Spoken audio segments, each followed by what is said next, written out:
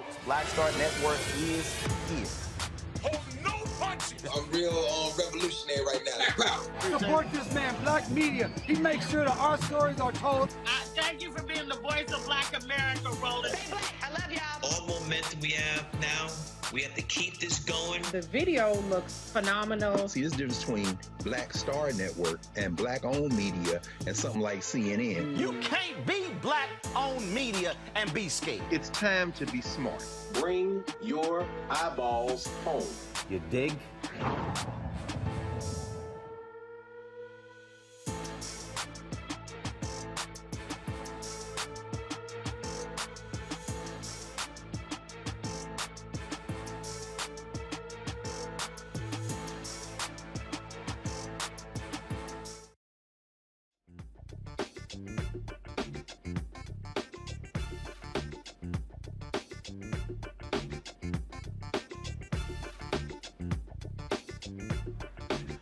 Today is Monday, July 11, 2022. Coming up on Roland Martin Unfiltered, streaming live on the Black Star Network. It has been nearly 70 years since Emmitt Till was lynched. Folks still want justice in that case.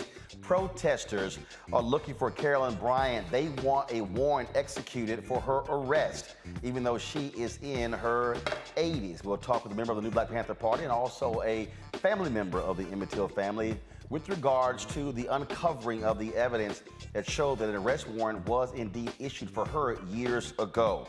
Also on today's show, President Joe Biden signs a major gun bill, but a family member of someone killed in Parkland shouted to him during his speech that he wants more from the president and Congress. We'll show you exactly what took place today. The battle continues when it comes to the issue of abortion in state legislatures. We'll show you a vigorous debate that took place in one of the nation's states. Also, last night I was in LA for the 80th birthday celebration of the original Shaft, the cool man himself, Richard Roundtree. We'll show you what took place. You also can check it out on the Black Star Network app because we live stream the whole event. We'll also talk about, again, more of what happened in Essence. We got some great stuff to show you from Essence, some additional interviews, some fantastic stuff. The Proud Family, new animated show, some great interviews with the director and the creator, and some other great content. You don't want to miss that, folks, right here on Roland Martin Unfiltered. It is time to bring the funk on the Black Star Network. Let's go. He's got it. Whatever the miss, he's on it. Whatever it is, he's got the scoop, the fact, the find. And when it breaks, he's right on time and it's rolling. Best believe he's knowing. Putting it down from sports to news to politics. With entertainment just for kicks, he's rolling. It's on go, roll, y'all. It's Roland Martin, rolling with Roland now. He's funk, he's fresh, he's real, the best, you know he's Roland Martin now.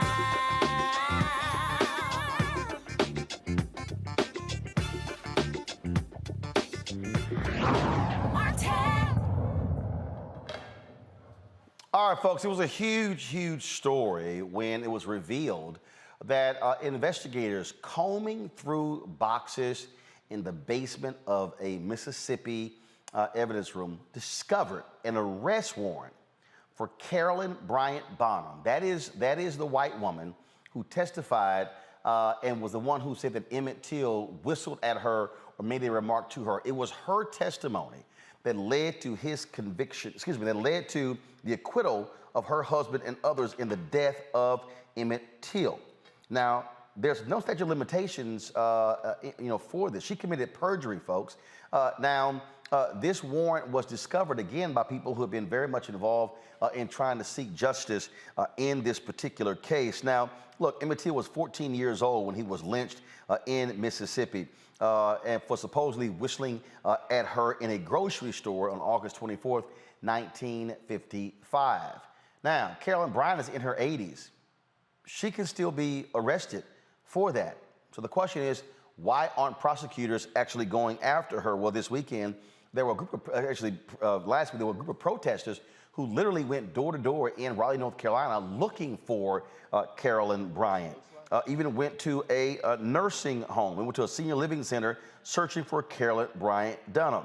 And so we want to talk about this with John C. Barnett. He's a national civil rights activist, and also Deborah Watts, who is the cousin of Emmitt Till and co-founder of the Emmitt Till Legacy Foundation. I want to start with you first, John.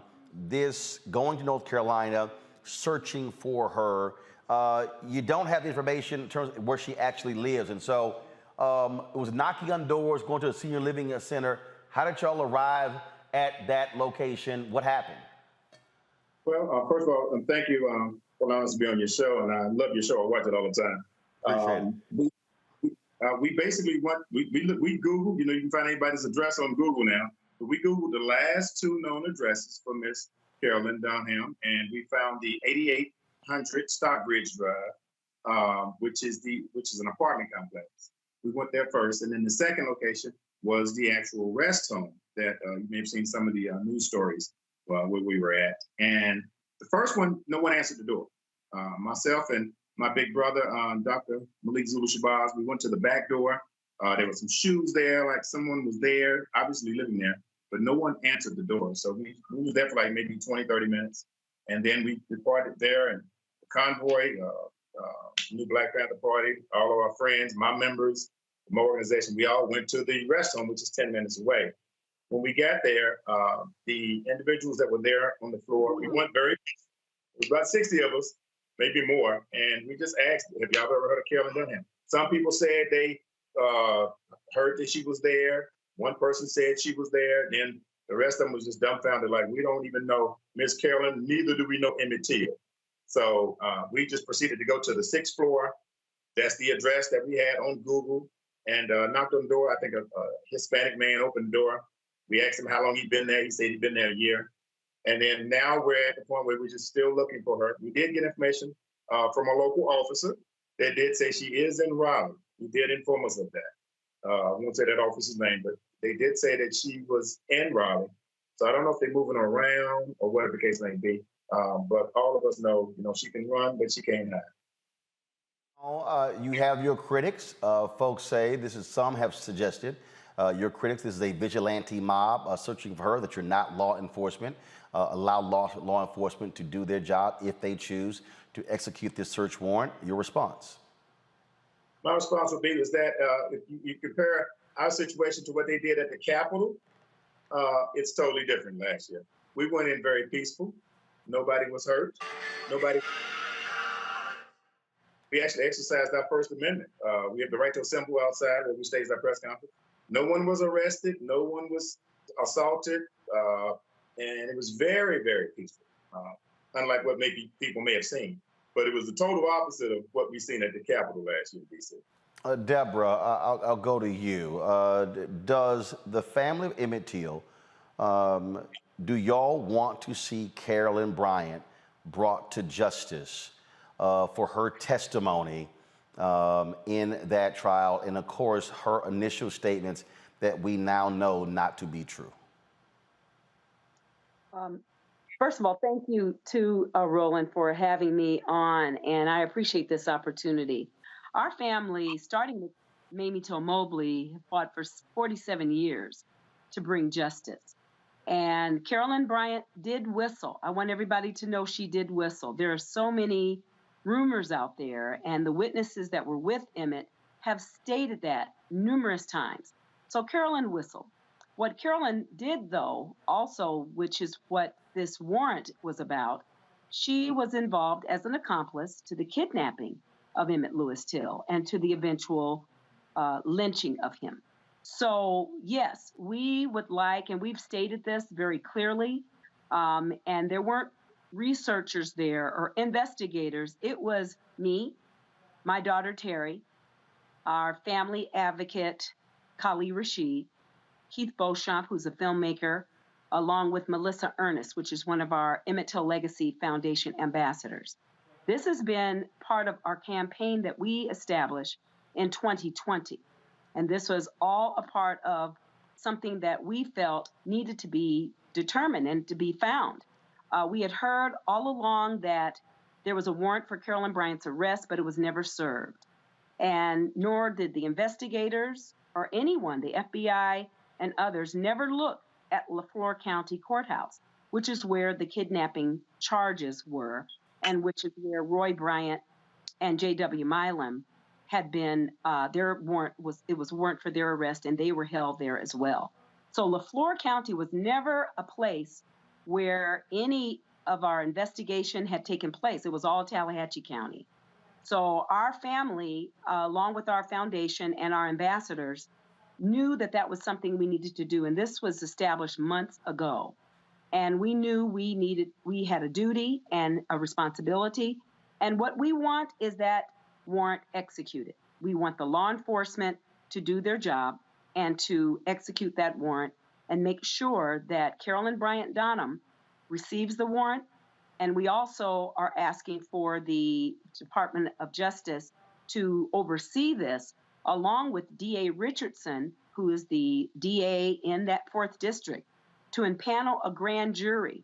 So hopefully the jury will come up with a conviction. And so Carolyn Bryant, as we know, is an accomplice. She's culpable in the kidnapping first and the murder and lynching of Emmitt Till. That is what we want. We've made this very, very clear. We are looking for law enforcement to do their job. Now, have they done their job 67 years ago? No, the warrant was never served to Carolyn Bryant. So that's what we're asking for. We are not searching for Carolyn Bryant ourselves, nor are we expecting others to do that. They, others have their First Amendment rights to freedom of speech and others, but we want the law to work the way it should. And that's why we've worked really hard to make sure that we secured the warrant, the file, the affidavit, and all of that information there in the Lafleur County Courthouse. So it's secure there. It's been given to the appropriate authorities, the sheriff in Lafleur County, along with the DA and the Department of Justice. So we're moving forward and not trying to take the law in our own hands. Now, one of the things that I said last week that I believe is important here, we saw a 101-year-old former Nazi soldier tried and convicted. There have been other former Nazi soldiers who have been in their 70s, 80s, 90s, convicted, deported from this country. So this notion that somehow, Carolyn Bryant is too old. No, Robert Durst, who recently died, was tried several times for murder. He was elderly. He was convicted. And then, of course, he eventually died a little bit after that. So it's not like, this is somehow outside of the realm of American law enforcement. No, it has happened. And I dare say, I will compare a former Nazi guard to white supremacists during the era of Jim Crow. They are the same. That's correct. Deborah first. Deborah, then John. Edgar Ray Killens was actually convicted also, of the 3 civil rights workers, that murder. And so we have in this country that opportunity to bring forward an accomplice. She's culpable in the murder and the kidnapping and murder and lynching of Emmitt Till. You won't hear us saying anything about her age. That's not coming from us. We've worked really hard, and Emmitt Till set the stage for what we're doing today. She always wanted justice. But the one thing that you won't hear from us is we don't hate Carolyn. We don't have malice or vengeance. We want justice to be carried out. We want this to occur as it should have occurred in 1955. So there's nothing that we're asking for or doing that anyone that is not been held accountable, we're asking for the accountability to take place. What is different here is that this is a white woman, and this white woman, and there's not many white women that have been held accountable. Yep. any kind of offenses. So this would set a precedent. But I think Mississippi has blood on its hands. There's a stain there, and I know they want to move forward. They cannot move forward without clearing this up with Emmett. So I see it as a wonderful opportunity for the state of Mississippi, for the Attorney General, the governor, along with the DA, to have the will and the courage to move this forward. And then I think our country has an opportunity to see justice work, the wheels of justice work, like it does for every other citizen, other than Black bodies in this country. And John, look, Byron Della Beckwith, who was prosecuted for the murder of Medgar Evers. His trial was in 1994. He was convicted. He was 71 years old. Again, old white man. Sorry, old white man, same as an old white woman. Right. And you know what's interesting? I really believe, Mr. Martin, that if you was to go back in time in 1955 and you see 3 warrants for 3 people, brother-in-law, husband, wife, I've been hearing, don't know if Miss Cousin here can elaborate on this. I'm visualizing cops coming to the house, picking the brother-in-law and the father up, the husband up, and seeing Miss Carolyn with the 2 kids and saying, you know what, you got the babies. We're going to put this warrant to the side, let you keep the babies, and we're going to take the brother-in-law and the husband. And it's funny that you talked about the age factor, because a reporter in Raleigh last week, that was one of her questions. She thought she was going to throw me off, but it didn't work. She said, Mr. Barnett, don't you feel bad about an 87-year-old lady who she's losing her mind and to give me all these sad stories? I said, y'all just locked up Bill Cosby. You didn't care if he was losing his eyesight or not. You didn't care about his wife, Camille. You locked up Bill Cosby. So, and we still haven't found any tangible evidence on that. So I'm thinking what happened was, and I wasn't there in 1955. I just have to go back in my civil rights mind and say those cops did not want to take her to jail because she had those 2 children there. But now that day is, these kids are older now, and they're grown and they can feed themselves. And I think it's the right thing to do now with the race relations. Well, you know what? I just want to pause it right there because I remember when Congressman Jesse Jackson Jr. Was convicted. He pled guilty. He had children. He and his wife, he and his then wife, were both convicted. He went to prison first. When he was released, she then went to prison because they factored in the caring of their children. So again, so all of these excuses that people have offered, we can show numerous examples where individuals with children went to prison for the things that they were involved in. Deborah, the other thing is this here. Carolyn Bryant has admitted she lied. I mean, Timothy Tyson did this book called The Blood of Emmitt Till, where in interviews with him, she admitted she lied. Now the whole point is, if you execute the arrest warrant, you now then get her, you have to interview her and get her now under oath admitting that, and so it's there. And so for this DA, I mean, the pressure needs to be put on him as well, because he is allowing someone, your point that you made, someone who participated in the kidnapping, frankly, and was an accomplice to murder, to walk around scot-free. Yeah. Well, Roland, I do want to clear something up. The Timothy Tyson book did claim that Carolyn Bryant recanted her story. She later refuted that. She and her daughter-in-law said they're sticking to the lie. You know, the lie that Emmett made sexual advances towards her. Now, everybody knows, and they should know today, yes, Emmett did whistle. That should not have been a death sentence. Secondly, when the FBI reopened the case in 2017 because of Timothy Tyson's book, they closed it December 6, 2021, because they could not corroborate his statement, the statements in his book, or through any of his investigation and recordings. He had no recordings of Carolyn Bryant doing this. So Carolyn Bryant is sticking to the, I guess, the claim that Emmett grabbed her about the waist, made sexual advances towards her, which we all know did not happen. that said that he whistled, they were there. And so they know that he didn't do that. He didn't have an opportunity to do that. So what we're talking about is specifically Carolyn Bryant being culpable in the kidnapping. There were 2 young men that were brought to Carolyn that night as well. Those 2 young men were let go. Of course, they were beat up. They were let go. But Carolyn said, no, those aren't the ends, right? So, but Emmett ends up kidnapped, lynched, 75-pound oxygen fan tied around his neck and thrown into Tallahatchie River. The other thing I want to say, we don't have to speculate what happened. Right. We have on the warrant, it says they couldn't find Carolyn Bryant in the county. Other reports, I just want everybody to know, a child was kidnapped and lynched. Wow. This isn't a story. This isn't a game. This is an open murder case.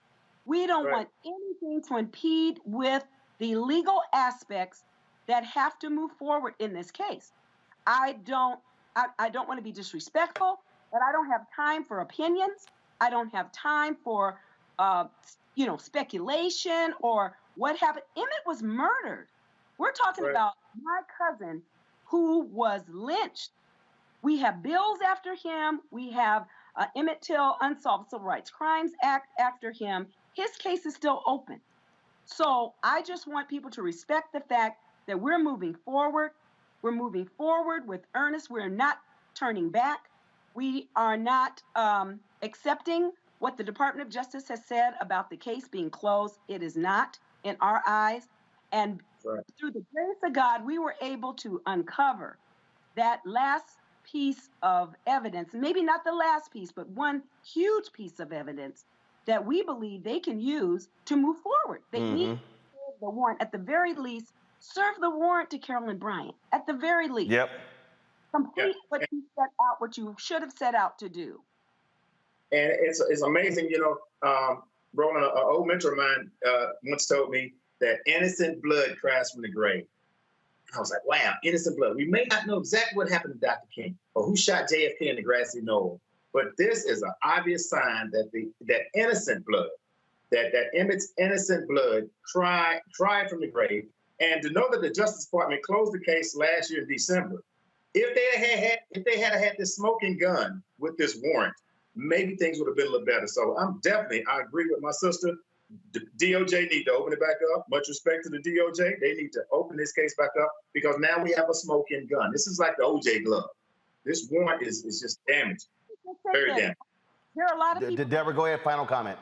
There are a lot of people that don't much about the case. And so I just want to make sure there was enough evidence in 2004 when the case was presented. There was evidence that implicated 2 people, Carolyn Bryant Donham and Henry Lee Loggins. Those were the 2 last living accomplices. The grand jury was formed. That's done in secret. And they decided no true bill. But there was enough evidence that was gathered between 2004, 2006, and that case was closed in 2007. So we're saying that this is a continuation of that investigation, and this is one piece that can prove, as it was proved in 2004, that Carolyn Bryant is an accomplice. And so without hate, malice, or vengeance, without violence or anything like that, we are going to be moving forward. And so we just want to make sure that the country stands with us, that we have the prayer warriors out there praying with us, that Mississippi does the right thing. Mississippi has an opportunity to remove that stain. They have blood on their hands right now. They can clean that up. Dwayne Richardson, please, impanel a grand jury. Sheriff in LaFleur County, serve the warrant wherever Carolyn is in this country or world. Deborah Watts, John Barnett, we surely appreciate it. Thanks a lot. Thank you. Bringing in my panel right now, we have Reverend Jeff Carr.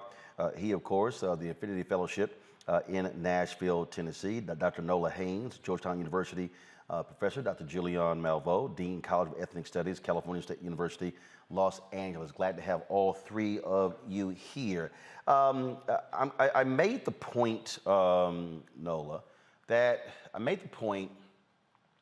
when you compare how Jews across the world have made it clear they will do whatever is necessary to ensure that anybody who is still alive, who participated in the Holocaust, is brought to justice. They do not care where they are in the world. They will go after them.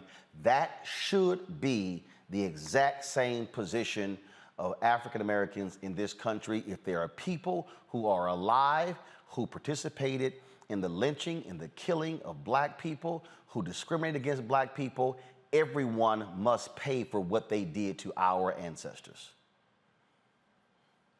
I absolutely agree. Listen, first of all, I'm just so excited to be here this evening to join the famous panel. And, you know, what the Israeli state did, you know, following the horrible crimes of World War II, in terms of going around the world, you're absolutely correct, going around the world and like literally collecting up Nazis, even if it was illegal extradition, they still did it. And I want to point out, you know, what's interesting is that it was an outside factor, right? So you have this outside factor in many of these instances that came into where Jews were living and working and raising their families, right? And so the Israeli state said, we are going to take care of our people. We are going to find these people and we're going to bring them to justice. Now, we all know that our own country, that our own state has a long history in kind of righting a lot of our internal wrongs. And that's part of the reason why we are where we are today. And when I was listening to the opening segment just now, I was thinking about how powerful the Emmitt Till Memorial is at the African American Museum in DC.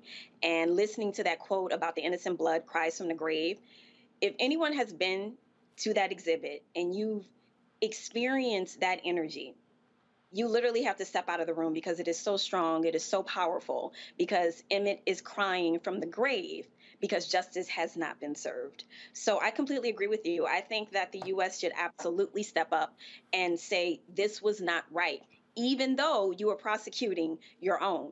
You know what I mean? Because we are a part of this grand experiment too. And we have felt left out. We are left out in many of these processes. And I think that this is absolutely a step in the right direction and what needs to be done. Emmitt Till deserves justice, period. You know, Jeff, one of the things that we've often seen, and I think this is problematic. We have black organizations, we have individuals who have taken on this notion of, you know what, let's just move on.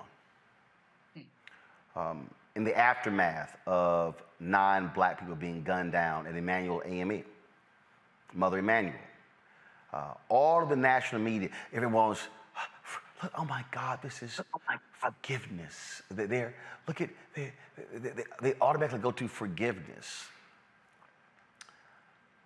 I think vengeance serves a purpose. I believe the absolute pursuit of justice serves a purpose. I think what it says to anyone is if you do harm to our people, we will not rest until you brought justice. Excuse me. And to me, that has to happen. We've got to have people who are simply unwilling to rest until each and every person who has done something to our people, they are held accountable. It's our responsibility. It's our responsibility as a people.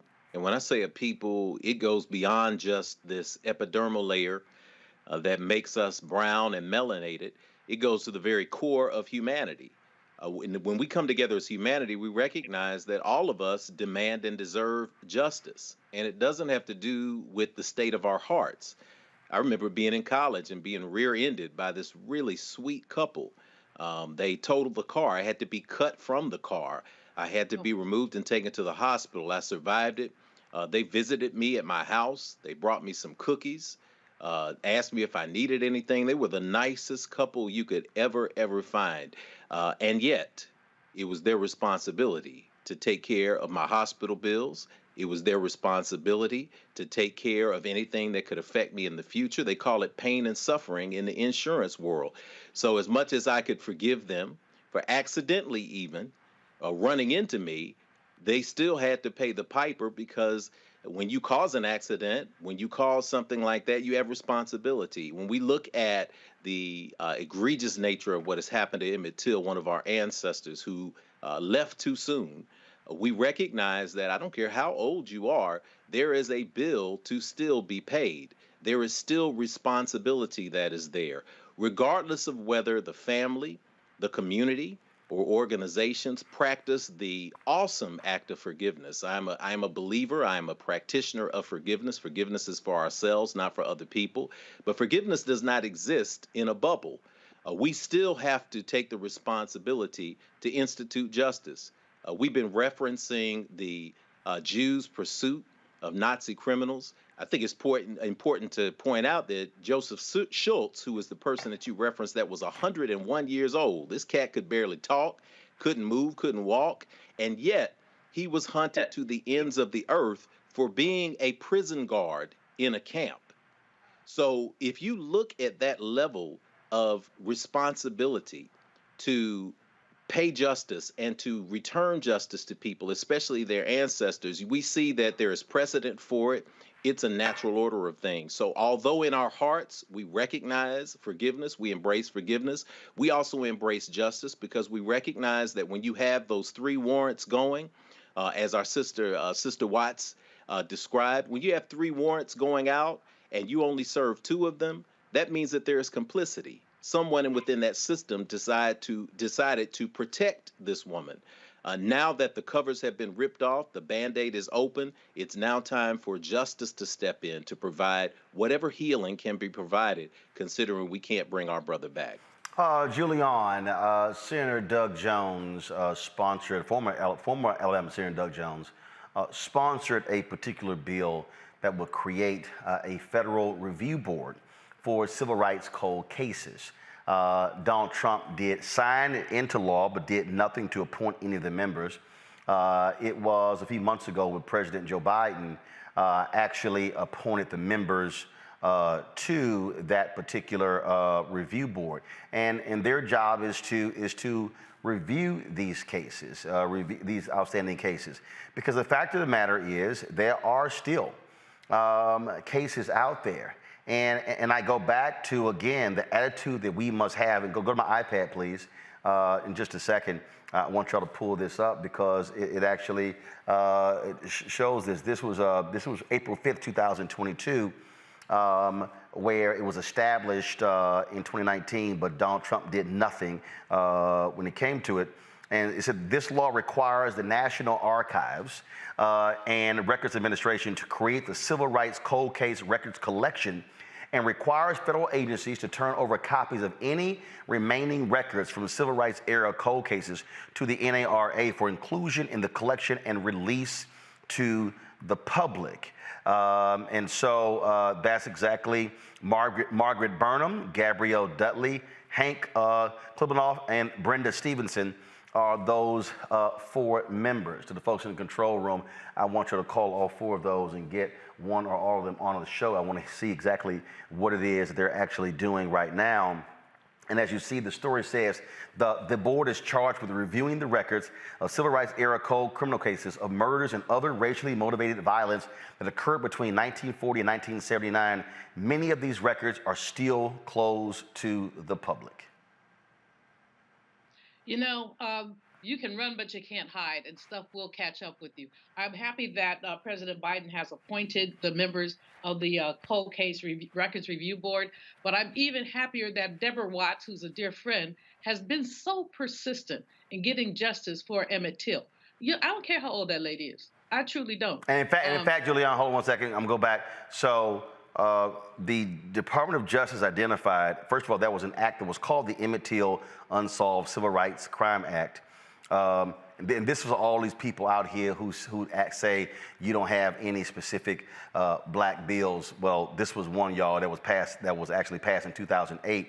And the DOJ identified and investigated 132 cases involving 151 victims of racially motivated violence. 104 of the cases were closed with no further action, remaining cold cases, but several are still open. Go ahead. Yeah, but the point, Raul, is it's important to deal with these cold cases. It's important to have justice for Emmitt Till, and it's even more important for us to excavate what has happened and to ensure that our nation knows about it. The very people who you mentioned at the top, these African-American organizations who want to let it go, will they let it go if it's their mama or their daddy? No, they wouldn't. The fact is that it's uncomfortable, inconvenient, but real. And it hurts. You know, I don't know how much time I've spent with Deborah talking about the Emmitt Till case and how she's been, I mean, I must have met her in the 90s. And she's basically, every time I see her, that's what she's talking about. She has been just basically laser focused on justice for her cousin. Just like we have to be, if we have any integrity, laser focused on justice for our people. There are so many instances of people abusing, killing, lynching, stealing from our people. And I love Jeff's example of the lovely people who wrecked his car. And I tell you what, Jeff, and if they died before they paid you, their kids were going to have to pay you. And we need to think about 100%. that. So we have to think about that too. All these people say, I didn't have any slaves. I didn't have anything to do with it. Yes, you did. You didn't. If you didn't do it directly, you did it indirectly. Roland, I'm so glad that we have this segment to talk about Emmitt Till, because you hear, we know about Emmitt Till and we know about some others. And you say there are 100 and some still open. But dig this. How many do we not know about? Right. How many black men disappeared in the middle of the night in Mississippi, Alabama, Louisiana? We don't know their names. We don't know what happened to them. You know, in some cases, their folks thought they ran away or something. Not ran away like slaves, but, you know, the brother just left. You know, I went to go to the store to get a quart of milk, and he disappeared. And we don't know whether these were lynchings, killings, or what. But here's what we do know, Roland. We know about economic envy. We know about white nationalism. Economic envy. If a brother had too much money, he might get killed. White nationalism. We know that I refuse to use the term white supremacy anymore, because they're not supreme. They're inferior. I will use the term white nationalism to talk about, but we know about white nationalism and the way that it has thrived in this country. So justice for Emmitt Till, but justice for Black America. All right, folks. Hold tight 1 second. We come back. We'll talk about the gun bill signed into law today by President Joe Biden. And one of the family members who was in the audience challenged the president as he was speaking. We'll show you that exchange coming up next on Roland Martin Unfiltered, right here on the Black Star Network. Don't forget, folks, to support us in what we do, please download the Black Star Network app, available on all platforms, Apple phone, Android phone, Apple TV, Android TV, Roku, Amazon Fire TV, Xbox One, Samsung Smart TV. You can also support us with your resources. Every dollar you give goes to support this show, the great work that we do. We've got some amazing things coming up. We'll be in Birmingham next week for the SWAC Media Day, Southwestern Athletic Conference. Looking forward to that. We'll also be attending the Rock Nation Social Justice Summit. Wendell Haskins has his Original T Golf Classic where they're honoring Alonzo Mourning. They raise money for Black and other minority golfers. And so we cover the gamut of things on this show. You can send your checks and money orders to P.O. Box 57196, Washington, D.C. 20037-0196. Cash App is $RM Unfiltered. PayPal is RR Martin Unfiltered. Venmo is RM Unfiltered. Zelle is Roland at RolandSMartin.com. Roland at RolandMartinUnfiltered.com. We'll be right back.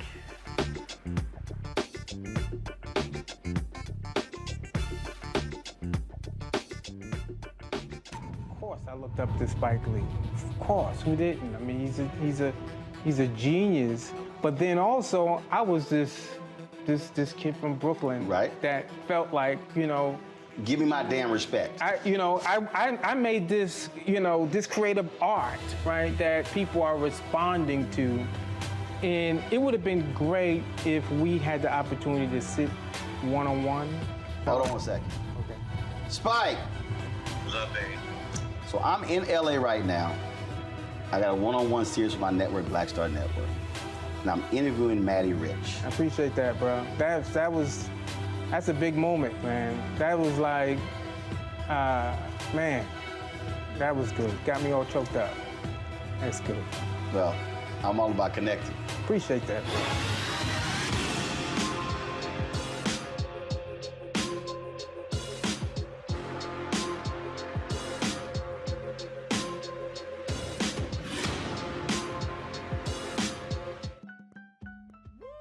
We're all impacted by the culture, whether we know it or not. From politics to music and entertainment, it's a huge part of our lives, and we're going to talk about it every day right here on The Culture with me, Faraji Muhammad, only on the Black Star Network.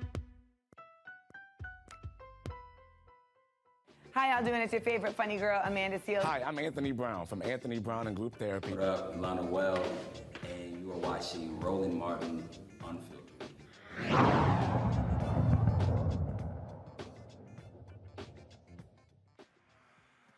All right, y'all. Today, President Joe Biden signed the Safer Communities Act. Of course, it is the first piece of major legislation, gun legislation, in nearly 30 years. This is what he had to say to the many folks who were assembled in the White House on the South Lawn. It's about the most fundamental.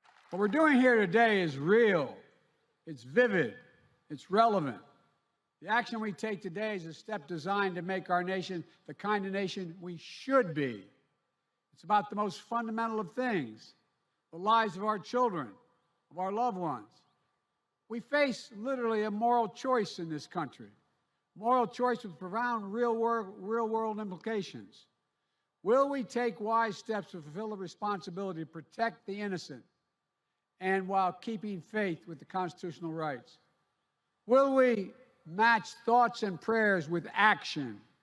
I say yes. And that's what we're doing here today. Today is many things. It's proof that despite the naysayers, we can make meaningful progress on dealing with gun violence. Because make no mistake, sit down, you'll hear what I have to say. If you think you...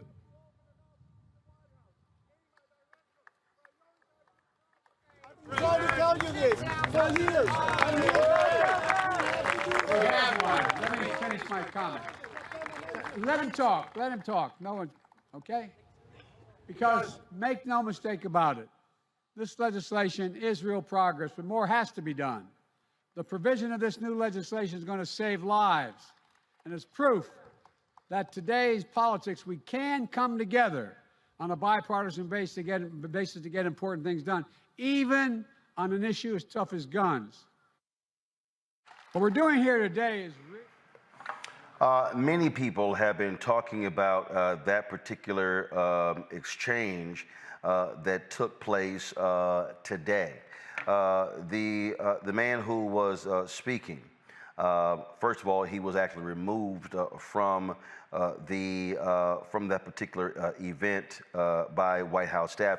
His name is Manuel Oliver. His son, Joaquin, 17 years old, was killed in the Parkland mass shooting. One of the things that he said, that was nothing to celebrate today.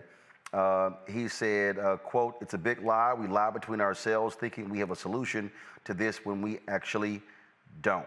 Also speaking today was the Vice President, Kamala Harris. Here's what she had to say.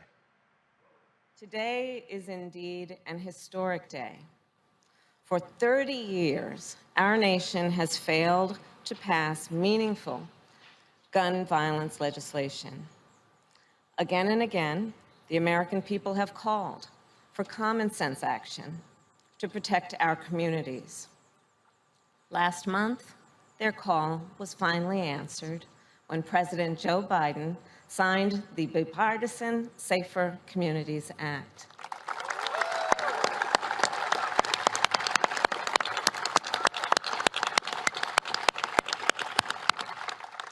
Because of our president's leadership, and because of so many of you, we have passed a law that will make communities around our nation safer. For my whole career, addressing gun violence has been one of my top priorities, first as a courtroom prosecutor, then as district attorney of San Francisco, where we created a gun specialist unit to go after violent offenders. Then, of course, as Attorney General, where our office worked closely with the California Bureau of Firearms to investigate and seize firearms from those who unlawfully possess them. As a United States Senator, together with my former colleagues in the Senate, we supported various pieces of legislation to address this crisis. So I knew, and I know now, as so many of you do, that we are overdue in getting this work done. And I know it will save lives. Now, folks, the law will fund crisis intervention, including red flag laws, keep guns out of the hands of people who are a danger to themselves and others, close the boyfriend loophole, require people under age 21 to undergo enhanced background checks, include the first ever federal law making gun trafficking and straw purchases distinct federal crimes, clarifies who needs to register as a federally licensed gun dealer, and run background checks before selling a single weapon. Now, the thing that jumps out here, Julian, is I agree with Manuel Oliver. More has to be done.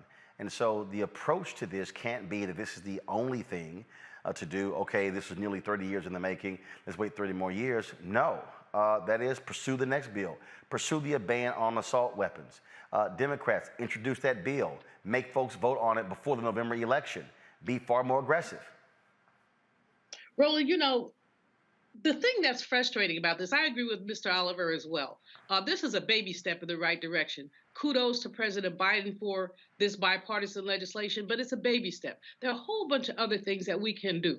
We know that, as an example, people have been sued. $78 million went to the families of victims from Sandy Hook.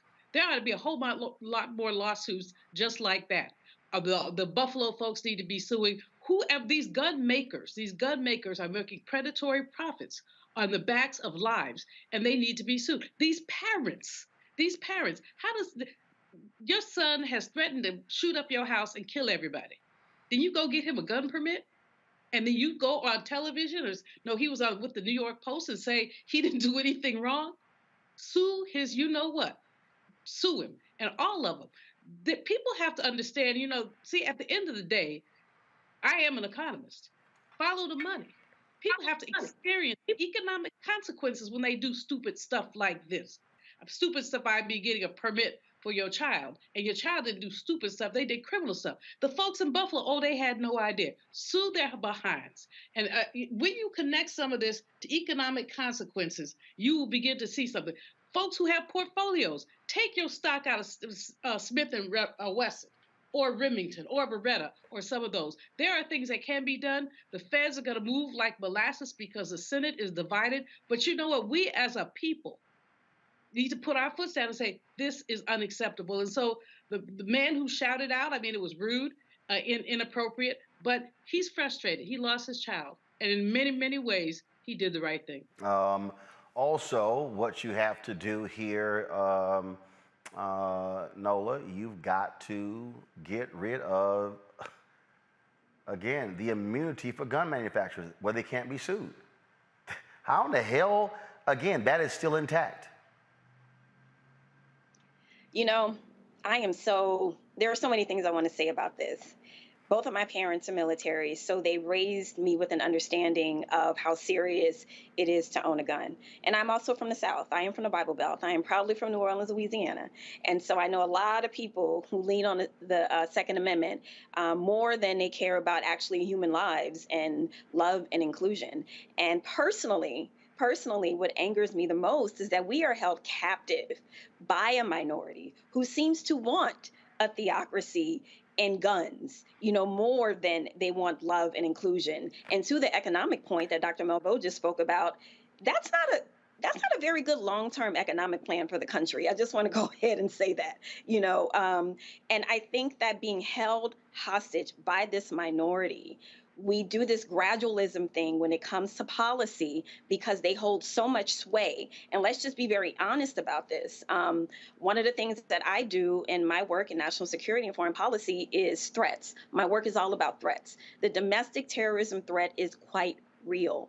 The material cachet of weapons that a lot of people in these kind of domestic terroristic organizations, they have a lot of guns. And so in many ways, a lot of this legislation that seems like piecemeal, that seems like it's not enough, is not to really just kind of push the country towards an out and out civil war. Now there are some people who say we are already there, right? That the first shot has been fired.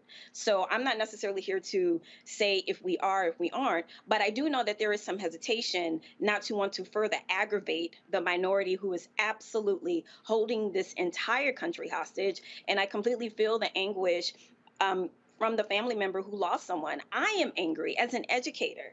You know, when the freedom that you once had in classrooms and the openness and, you know, just the positive energy, that is gone. Fear has definitely entered the classroom, not just from fear of maybe possibly being shot, but also fear from even talking about these kinds of issues. There are a lot of my colleagues that I talk to all the time who, especially are lawyers, are political scientists like me, who deal with, you know, politics and presidents and all these different things, that they are scared to have some of these conversations in the classroom.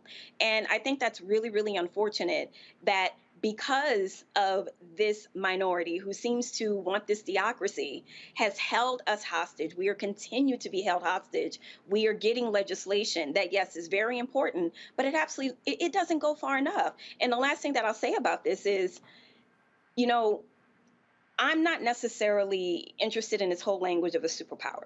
But one of the things that I will say that America has not done in terms of leading the rest of the world in progress is around guns, is around the Second Amendment. Now, the Second Amendment, all amendments are absolutely important. But at the same time, for a lot of these originalists and these constitutionalists, what is the context in which the Second Amendment was written? We no longer live in that type of environment. I just do not understand why anyone needs a weapon of war. I am in national security. These things are serious. There is no need for anyone to have an automatic rifle, just to have it in the house. And so I'm sorry, this is an issue that I'm very passionate about. And again, you know, I'm exhausted. I am exhausted with being held hostage by these people. Jeff? Yeah, Dr. Malvo framed it, and Dr. Nola just named it. I mean, we've got economics working hand in hand with a white, oppressive nationalist mentality that is preventing us from getting done the things that would move us toward a higher state of civilizations, knowing that civilization's root word is civil. It speaks to the social order and how things work. We are not living in a high space of civilization. We're not demonstrating it. The United States is absolutely a superpower. It is a superpower in a potential state. It has not moved forward in that way. Its superpowers have been squandered. It is definitely leading the world. We're leading the world here in school shootings. We're leading the world in spaces where children, where families should be safe, where we should be able to move forward and know that people who are criminals, people who are abusers, people who are stalkers should never even feel comfortable thinking about owning a weapon, much less a weapon of mass destruction. But we see with this legislation and the conversations around closing what that's called, and that's the boyfriend loophole, that someone can be an abuser, someone can be someone who's convicted of stalking and can still walk in and buy a weapon and find a way to go out into the world and exercise what they believe to be their Second Amendment rights, but is really a hateful spirit and a lack of love and empathy that has led us to the state that we're in. When we talk about this package and its investment in mental health, when it's with the investment in crisis intervention, with its investment in providing incentives to states and to cities and municipalities that actually provide money to people who will say, legally speaking, we're going to let you know that people's juvenile records are going to come into play if they attempt to buy a weapon, especially if they're underage. We're going to use that as part of the screening. That is what we would call in higher academic language, duh. That would be like that. Like that should just be common sense. It's the duh moment that we got from Dr. Malvo. It's the duh moment that we got from Dr. Nola there. Who needs an AR-15? Who needs a high-capacity magazine to go deer hunting? I'm here in the buckle of the Bible Belt, and you hear this talk all the time, and nobody's going to take my weapons away from me. Nobody's going to take it. I need to protect myself. For real, man, you're doing it that big where you need a cache of AR-15s. You have military offices and headquarters and the National Guard Armory around the corner from us, and I don't think their front office is stocked with AR-15s. So we see this energy, and we see it manifest in the pain that parents have.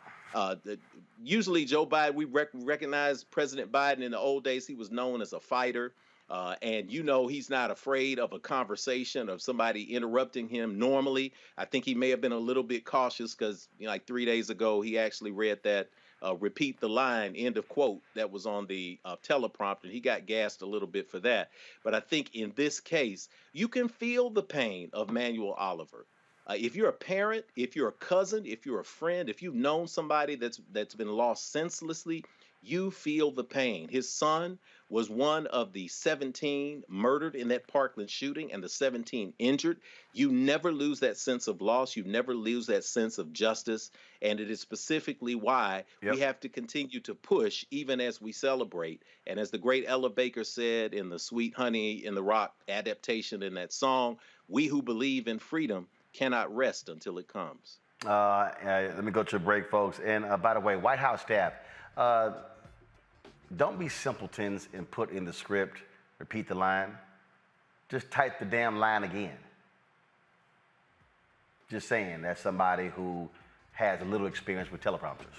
All right, y'all, coming up next, our Black and Missing. We'll also talk about a fierce abortion debate in Pennsylvania. We'll also hear from the president of Florida Memorial University about his plans to grow that Miami school. You're watching Roland Martin Unfiltered right here on the Black Star Network. Back in a moment.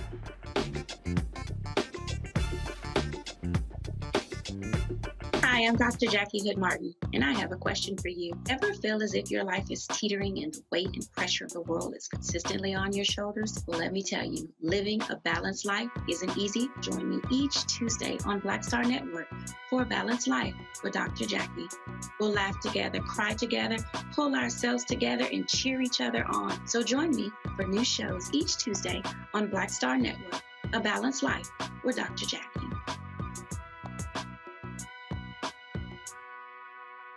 Pull up a chair, take your seat at the Black Table with me, Dr. Greg Carr, here on the Black Star Network.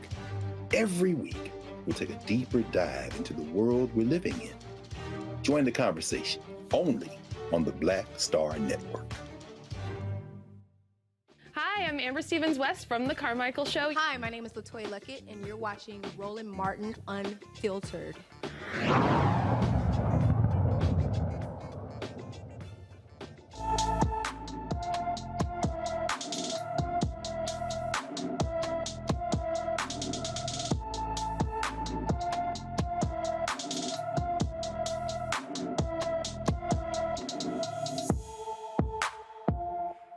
Folks, we hate to always have to do one of these stories, but the reality is we have our Black and Missing segment for the purpose of giving some attention to cases that often get ignored by white mainstream media. A 13-year-old black girl is on her way to, excuse me, first of all, this is a 5'2" young woman here, folks, Sandra Ingram, last seen July 3rd in Fort Lauderdale, Florida. She's 5'2", 144 pounds, black hair, brown eyes. Again, she has been missing from Fort Lauderdale, Florida.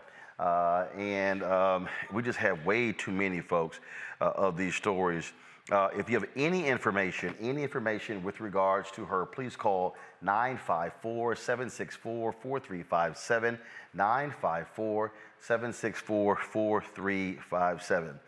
All right, folks, we have seen, of course, the Supreme Court overturned Roe v. Wade, which has led to the returning of this issue to various states. Well, in Pennsylvania, there was a fierce debate on this very issue. Pennsylvania is often considered a blue state, but Republicans hold significant sway outside of your major urban centers like Pittsburgh as well as Philadelphia. And so on the floor of the Pennsylvania legislature, they were going back and forth, and I saw this video of a sister who was fired up, ready to go.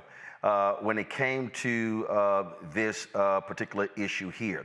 Her name is Joanna McClinton. She's a state representative. She went after her fellow lawmakers after various new amendments were proposed to the state's constitution. Those changes would explicitly say the document does not guarantee any rights related to abortion or public funding of abortions. She had little to say about that. Thank you, Mr. Speaker. I wasn't going to say anything, but in rules tonight, we had timely filed amendments, and we couldn't run our timely filed amendments. All the members of the Rules Committee know how that went down. There was no camera. So the people watching right now at home that are texting and tweeting and Facebooking about this nonsense, they didn't see what occurred in the Rules meeting, but there were timely filed amendments that we offered in the Rules meeting. And guess what happened in the Rules meeting in this Democratic chamber that loves votes and loves voters? Well, the members of the committee in the Rules meeting, Mr. Speaker, and this is why we need to suspend the rules now. With our timely filed amendments, we were not allowed to vote on one of them. We offered 3 timely filed amendments, and Mr. Speaker, you and the majority leader know the nature of the rules of this institution do not provide us the opportunity to provide a timely filed amendment tonight. You're aware of that, because you made those rules. So here we are, on a Friday night, glad to be at work because we know our voters sent us here to fight this battle. And we can't even suspend the rules for one consideration of something that is very important. As the maker of the motion stated, we're talking about women dying. We're talking about more than half the population not being able to make decisions when not even half of this body has a uterus. That's what we're talking about tonight, and that's why these rules need to be suspended, because we don't follow the rules in this body. Let the people back home know. That's why the rules need to be suspended, Mr. Speaker. That is why the rules need to be suspended, Mr. Speaker, because we had timely filed amendments that were tabled. And in case you're watching, because so many are, as we heard from constituents, voters are watching, we filed them in a timely way so they could be considered in committee, which is what the majority leader likes to lecture my caucus about each and every legislative day. But here we are, being silenced yet again. And understand, when you're silencing us, we are actually elected officials like you all. So you're silencing millions of voters from every corner of the Commonwealth when you silence us and don't allow us to amend bills that won't let people vote, that won't allow women to make their own decisions. You're silencing all of us. So we need to suspend the rules and let this amendment come through before we rush this off to the voters. Those same voters that you tried to silence in 2020 when you didn't like the outcome of the election. Those same voters that you said it didn't matter what they chose. Those are the people you're trying to shut up. Gentlelady, please suspend. For what purposes the gentleman, the majority leader, rise? We want point of order.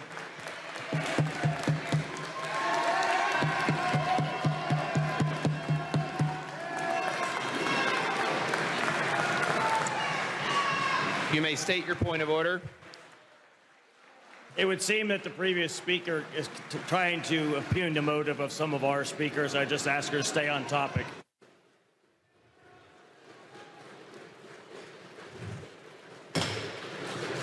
House will please come to order.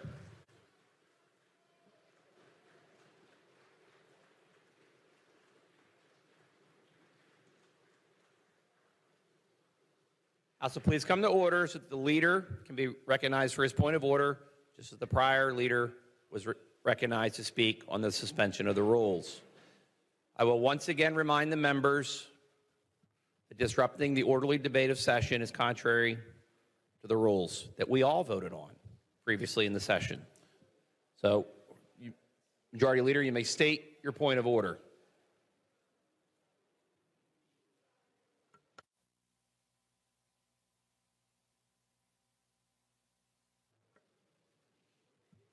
Speaker, I ask the Majority Leader to please restate your point of order. Thank you, Mr. Speaker.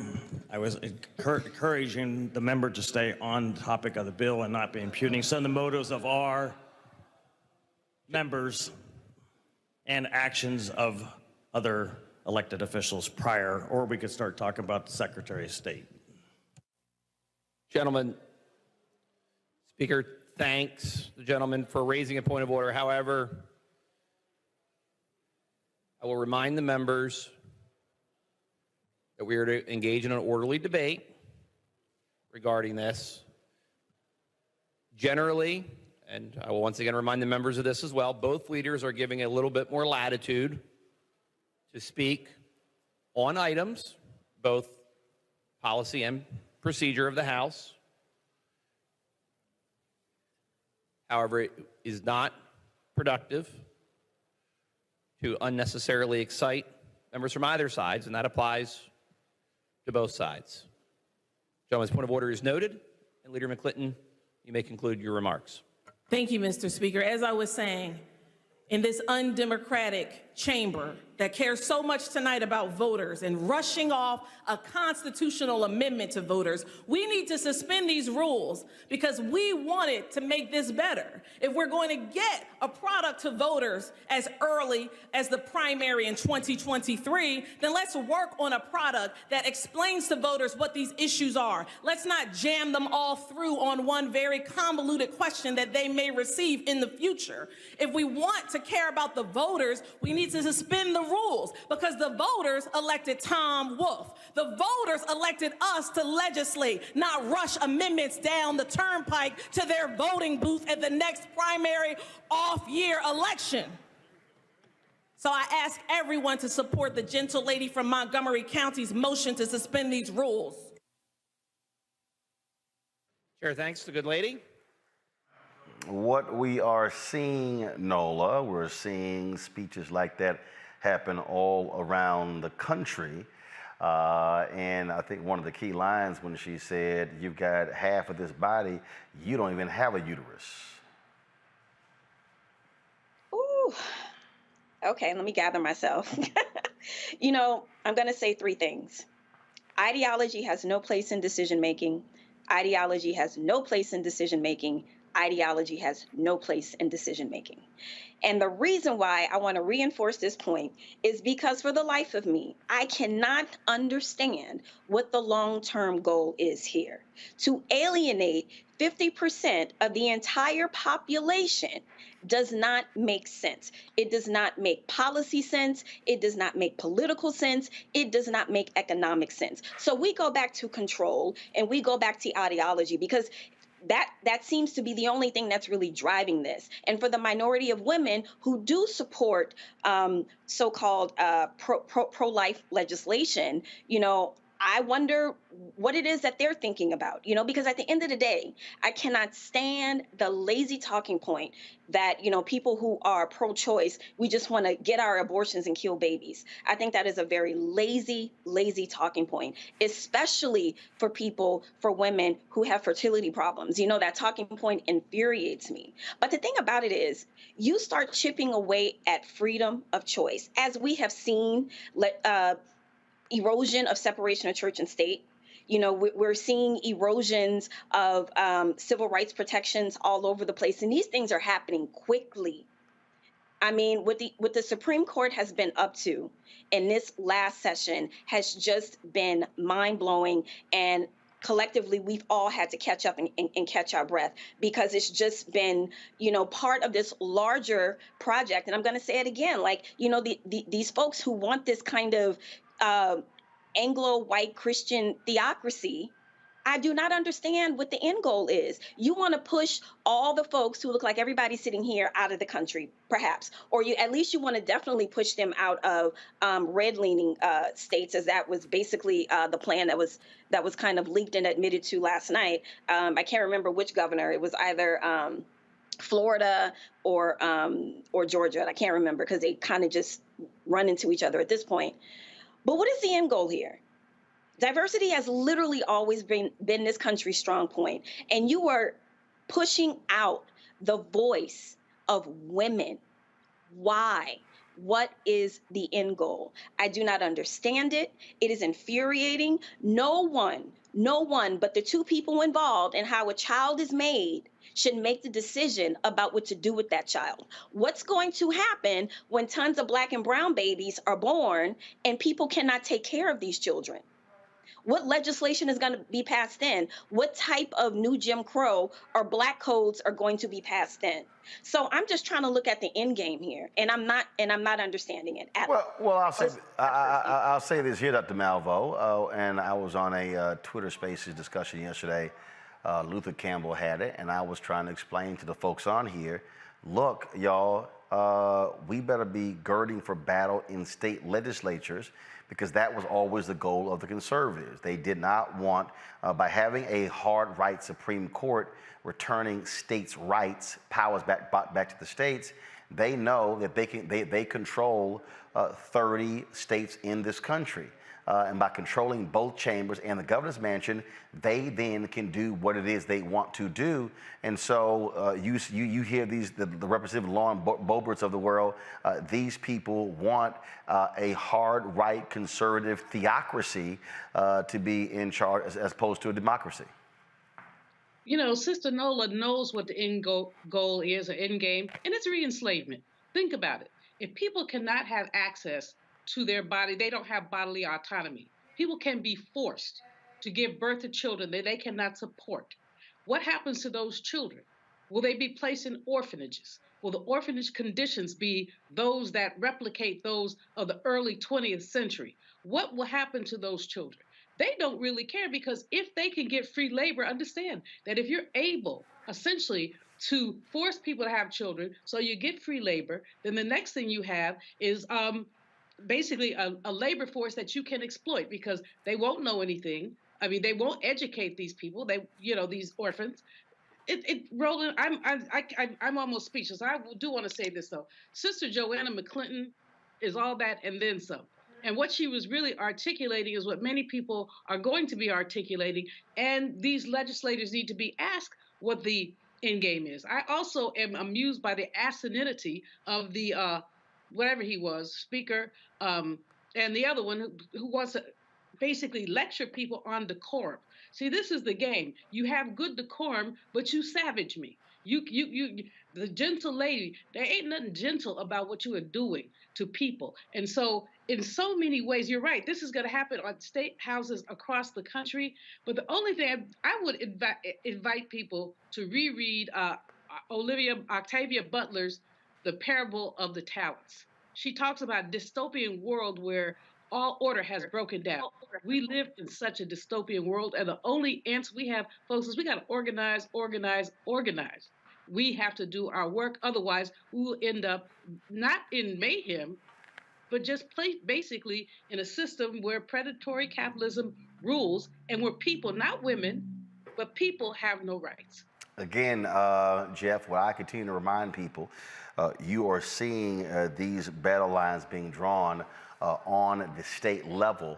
And so while so many people are focused on the federal elections, we cannot ignore state rep, state senate, gubernatorial races, statewide races, because conservatives are trying to consolidate power on the state level. And we're talking about Texas, Louisiana, Arkansas, Mississippi, Florida, Tennessee, South Carolina, North Carolina. We can go on and on and on. But mainly states where Black people are, southern states, the old Confederacy. When we think about what Byron Price, who was the head of the Associated Press, said in 1932, and what Tip O'Neill picked up in the 1980s, that phrase, all politics is local, we really have to understand what that means now. It doesn't mean that you don't participate in federal elections. It means that the policy is made where you live. And I think you got some people who were a little angry at you for, and they misinterpreted and tried to say that you said to go to hell with the federal elections. Of course, people hear and see what they want to see and hear. But the reality is politics is very local. And when people say, how do we get into a space where we have a majority Black population? How do we get into a space where we have a primarily blue state in terms of the voters? And yet the legislatures, the metro councils, even now down to the school boards and the police forces, even in tiny municipalities, are opposite. It's because there was a concerted effort to go for the local politics first, because the local politics mean that you can capture the city council. It means that you can capture the state house. It means that you can control what students are learning in schools. And while we're focused on the big picture, not to take the eye off the big picture, but we are focused on that big picture and missing the opportunity to actually effect, and affect the change that we need.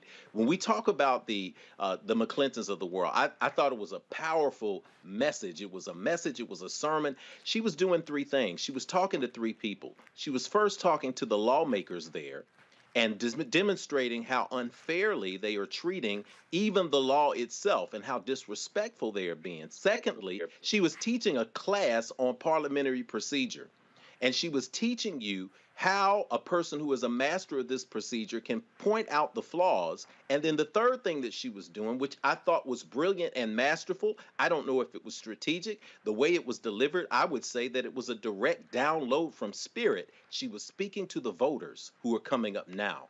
She was talking about the voters and referencing the voters. When we filter through what could happen if 50% of the people who do not have or uteruses are trying to control the other 50%, we can't discount something that comes up on the show on a regular basis. The concept of the myth of the white woman ally. Since 1950, primarily white women have leaned to and voted Republican. 56% of the women in the last election, white women, voted for Trump, even though they are voting against their own bodies. They are voting against their own self-interest. There's something about this ideology that says that if it could at least be associated, if I could at least exercise my white privilege, then I'll do whatever I need to be loyal to this institution that we call white nationalism, that we call white theology, as Dr. Nola has discussed. When we have this space where people are focused on their own self-interest over the interests of everybody else and them being a part of that pyramid, that's how we get this unique mix. And I'm so glad that Sister McClinton not only demonstrated those rules, but she broke those rules. So it's time for us to suspend the rule. If the rule says we focus on federal only, we should suspend that rule and focus on local. If the rules say that we have to be quiet, we got to suspend that rule so that we can make our voices heard. And if the rule said that the rules need to be suspended, we got to suspend this rule where we feel as if we have to just put our heads down and go along to get along. It's time for this transformational change. And with that speech, Sister McClinton definitely put it into the world for all of us to follow. Indeed. And speaking of changing the rules in Arizona, a new law has been signed by the governor there, keeping people from videotaping police officers inside of 8 feet. That's right. If bystanders are recording cops, they must be at least 8 feet away. Republican Governor Doug Ducey signed the law requiring bystanders to be at minimum distance. Disobeying an officer's command could land the person with a misdemeanor charge, fines up to $500, jail time up to 30 days, or probation up to a year. The law comes after the Department of Justice's investigation into the Phoenix Police Department for excessive force and discrimination against people of color and the homeless. Opponents of the law say it will reduce the power of video recordings in holding police accountable for their actions.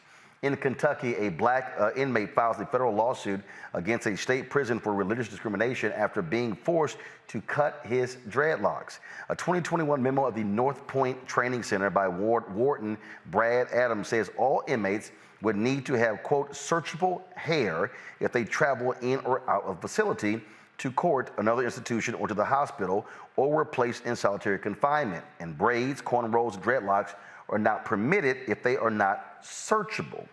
Carlos Thurman said the rule violated his Rastafarian religion. Thurman also alleges that long-haired white inmates were allowed to keep their long hair.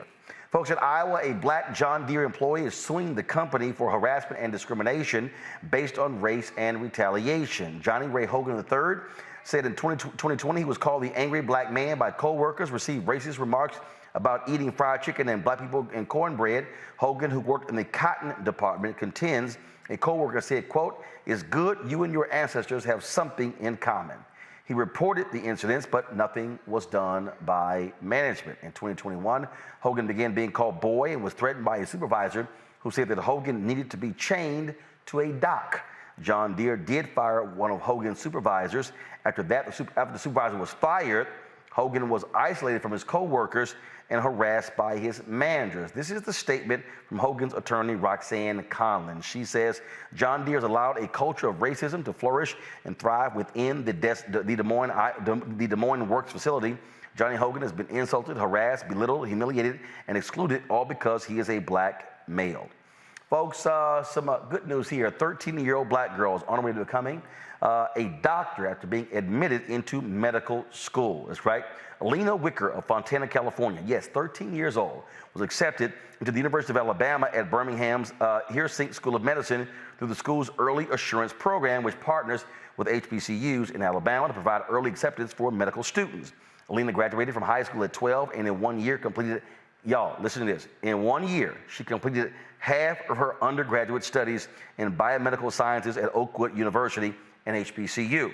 Wicker plans to study immunology. She says she wants to show underrepresented communities that we can help and find cures for these various viruses.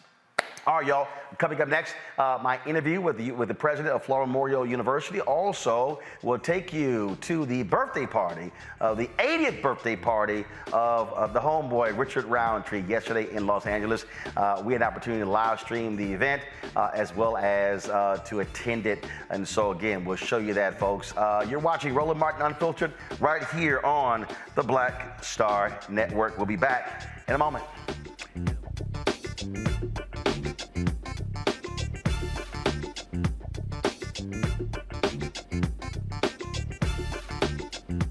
I'm Deborah Owens, America's Wealth Coach, and on the next Get Wealthy, have you heard that it's not how much you earn, but how much you keep that matters? Well, the secret to building wealth could be hidden in our tax code. That's right.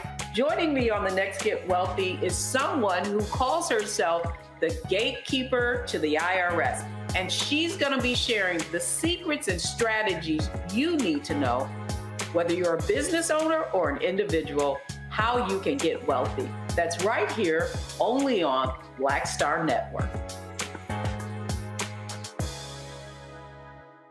Hi, everybody. This is Jonathan Nelson. Hi, this is Cheryl Lee Ralph, and you are watching Roland Martin Unfiltered.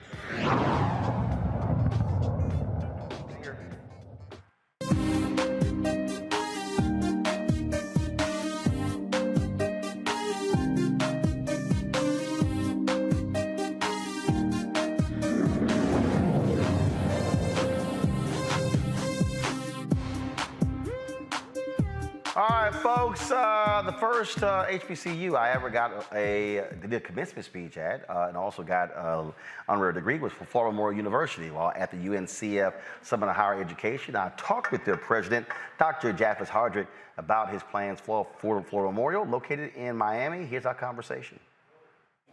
All right, so let's talk about what's happening in Florida. Beyond the heat. In terms of where you are with the university now, everybody's been dealing with COVID, been dealing with shifting of priorities, dealing with students on campus being away or whatever. Did you experience a significant drop of students enrolling, and have you recovered, or were you stable? Most definitely. Hey, the pandemic was certainly traumatic on everyone in this nation, and particularly our world. Most definitely, and I think you know as well as I do, anytime we experience these type of situations, most often our students are some of the first to stop out, and we were negatively impacted by the pandemic. But at the same time, we were also a safe haven for many of those students who could not go any place. We did experience a decline in enrollment. We dropped about 20%, lost about 20% of our students. We went from 1,100 down to around 900 students. But nevertheless, I'm so proud to say that because of all the transformation that we were able to make during that time period, we are now seeing a significant increase in our enrollment at the university. We went from an institution that was extremely manual when I came on board in July of 2018. Everything done manually, enrollment, you name it, brother. Everything in 2018. So was that culture shock for you? Because you came from where? I came from Baylor and also from Florida International University. Yep, it was culture shock. You probably like, yo, like all this manual? Yes, brother. It was literally manual. But I'm so proud to say that today we are now fully automated. Our students enroll, do everything on their mobile devices. The entire campus is wireless. Renovations throughout the university, man. It is truly a beautiful campus. And so we got to get you back there. All right, I would love to have you back there, My man. first commencement was ever was at Florida Memorial. Al Reynolds actually made that possible. Wow. So it was my first commencement and first honorary degree. So absolutely. So I want to go back to this to what you were just talking about, the manual piece, because what I've said to many other HBCU presidents, and they've actually echoed it. COVID forced, if there was a silver lining, COVID forced HBCUs and other black institutions to have to accept new technology. You know what, and that's a shame, right? I think that's a shame that we have to experience a pandemic, yes, right, to understand just how far off we are, right? I've been dealing with technology, honestly, brother, ever since I've been in higher education, when I started at Baylor in 1995, right? And to be able to come in 2018, we're doing things manually. I mean, from the entire operations was manual. And what little technology that we did have, it was so antiquated, it wasn't even working anymore. Wow. Right? And and I've just been one of those kind of individuals that I know we should leverage technology to drive efficiency. It's a different day and time, a different type of student. These students want to be, listen, man, they would go without food before they go without Wi-Fi, right? What I say is, this is a generation that literally came out of the womb. That's right. Immersed immediately in social media, in technology. That's right. My nephew Chris, who's now beginning his 9th grade year, high school freshman. He was 3 years old and was operating and finding his favorite cartoon in the Netflix app, knowing how to get there. He was 3. Yes, and my granddaughter is the same thing, doing the same thing, man, and it's amazing. So that says to me and to our institutions, we have to be much more innovative. We have to stay in tune and on top of the technology that drives efficiency in every aspect of our operations. And when you have good technology, it causes you to be more diverse in our delivery of education and so on and so forth. Because this is a time in this nation when just the traditional student is not in school, right? That population is declining. So that means our institutions got to be thinking about how do we then go and tap into the non-traditional student? How do we be able to tap into that working professional who wants to come back to school? And it's online, right? Leveraging online to be able to deliver diverse modalities and giving access to our historical black universities. Did you have to encounter faculty or staff who were resistant to that new world? No doubt, man. And I remember when I arrived at the institution, the board invited me to come to be the president. I started talking about doing online and we have to get out of this traditional way of doing things. And I talked about let's move to an online platform because I've been accustomed to this for years. And people literally like, oh no, we're not doing it. We're not doing it. But then when or we can't do it, or we don't have the resources, or we don't have, it's all of the reasons why we can't do something. Absolutely. Versus what's possible. Absolutely, absolutely. But that means that's the kind of, either you have to educate people about those opportunities, or you got to find people who are going to embrace those type of changes, right? And realize life moves on and nothing stays the same, man. And so that means we got to always be inventing and reinventing ourselves as organizations, because the generations, every generation is different, and we got to be able to compete with some of these other organizations who are tapping into the people that I know we can reach, and even more that we should be reaching than what we're currently doing. And so that just means you got to get the right people there with the right mindset and understand it's about making sure our students, our parents, our family members, they have the best, and we are making ourselves accessible to everybody. How are you, in terms of positioning Florida Memorial, what are the majors or the careers that you are marketing yourself to say, if you're a student, if you're looking to go into this career, this is the place that you want to come to? Right. Well, so for me, it's definitely around the STEM disciplines, whether it's engineering, whether it's nursing, and those careers that I know that are in high demand, right? And that's what we have to make sure we're doing in our institutions. Now, you don't want to kill someone's spirit if they know that they have a calling to be a musician, right? But if that's not your school, though, right, you should be going to the place where you can excel at. No doubt. And for me, though, we even offer all of those liberal arts type of degrees. But what I want our students to be able to do when you get out, I want you to be marketable, right? So we're trying to get them to understand, couple that with technology, couple it with cybersecurity and something else, right? That's going to really make you marketable and competitive for those high-paying career opportunities. Absolutely. Well, I think that is what is crucial, and you know, the whole point for me is we're operating in a completely different world. I've spoken to numerous HBCU alumni conferences, and I've said, listen, your university when you went there ain't the same one now. And so you can't keep trying to put that level, those type of restrictions of mobility on the president, on the leadership, because again, you're stifling progress and you're going to die. You're going to fall behind. And brother, you're spot on.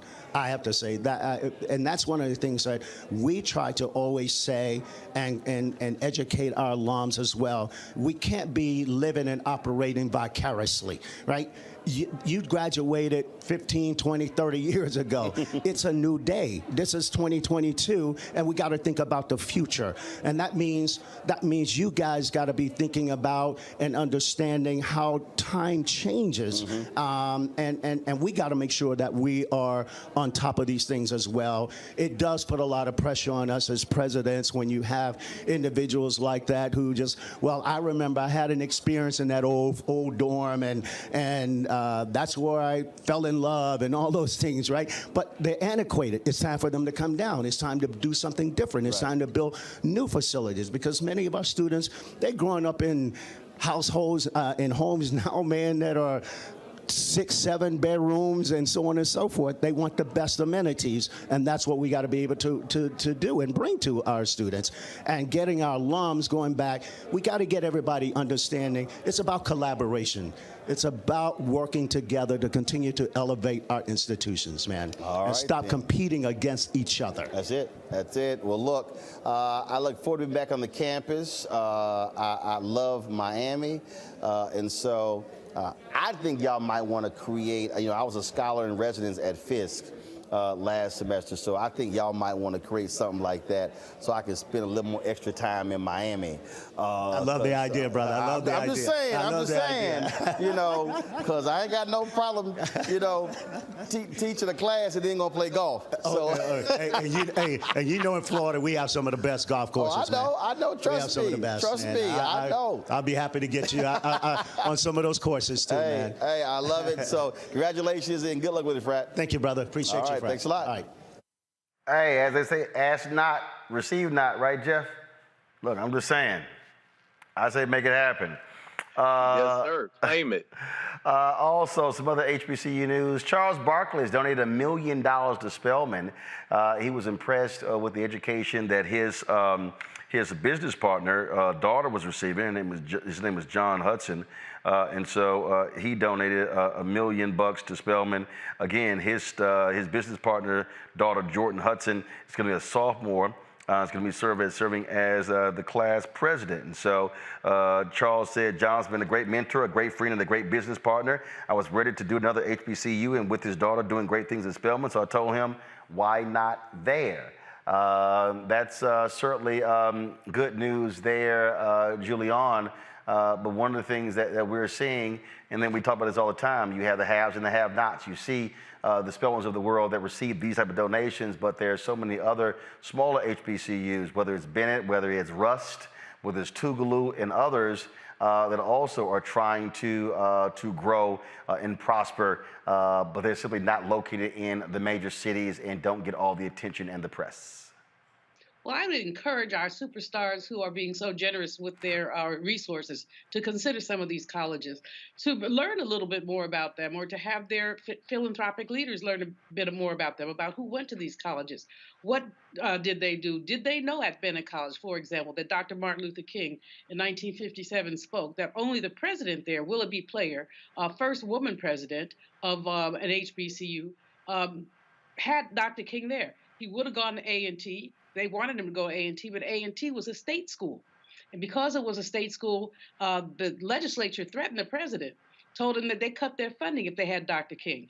Then the white folks said they were going to protest, so our brothers who were veterans said they picked him up at the airport and brought him to the campus. That's the kind of history that often is hidden, and I wish that our celebrities would think about when they think about who they're contributing to. But right on to Charles Barkley for the contribution. Just think about another college next time. The thing there, Jeff, you heard from the Florida Memorial president, trying to get people to understand that you cannot deal with today's student through the prism of when you went to school 10, 20, 30 years ago. Yeah, you got to update yourself, man. That'd be like me sitting here trying to cram one of those 8-track tapes I got in my attic into this MP3 player or try to get it play in the sound system. It's just not going to work. It might have some really good music on it, but you just can't translate it. And like you said, these kids are dealing with a new era. We've got to, as an HBCU alum, I can say that. I went to Tennessee State. My wife went to Fisk. So we got an HBCU family, and we agree wholeheartedly that we also have to step it up on our end too. So we have to be great stewards of money. We have to be exceptional in the way we reach people. And we also have to be innovators. Why? Because HBCUs is where innovation came from in the last 100 years or so or more.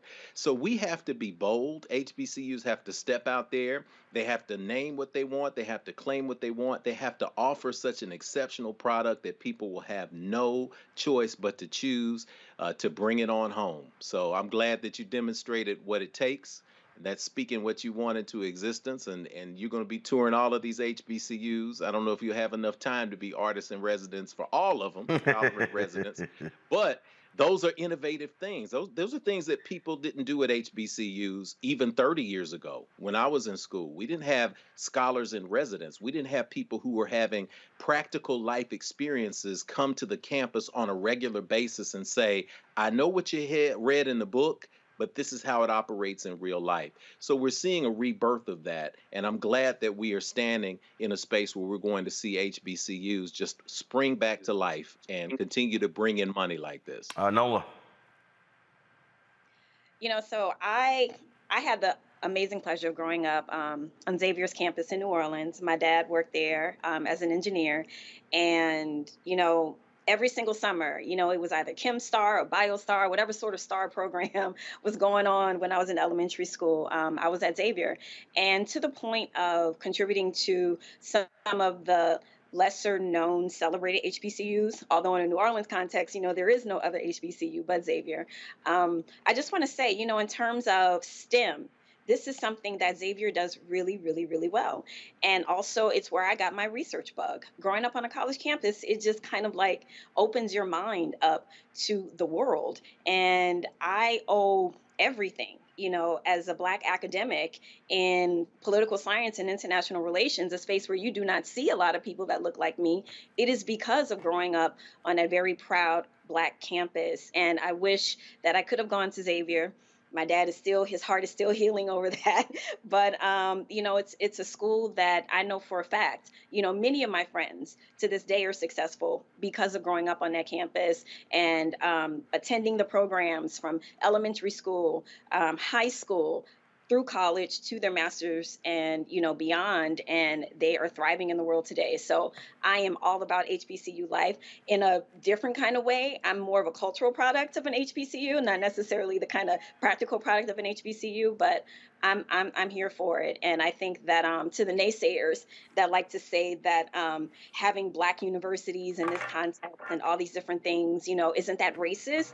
Well, let's think about why those schools exist. If we want to go ahead and talk about why the Second Amendment should still exist as it is, let's talk about why HBCUs exist. And anybody saying it's racist, they say nothing about the white schools. Hello. So I'm like, whatever. So once you start questioning why a lot of these schools are still predominantly white, then you come talk to me about HBCUs. Folks, so I'm like, whatever. Y'all gotta go to a break. We come back. 80th birthday bash last night for the smooth, debonair, original Shaft, Richard Roundtree. Cameras were there, and we'll take you inside the party and show you what took place. You're watching Roland Martin Unfiltered right here on the Black Star Network.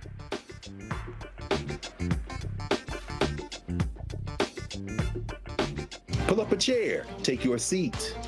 The Black Table with me, Dr. Greg Carr, here on the Black Star Network.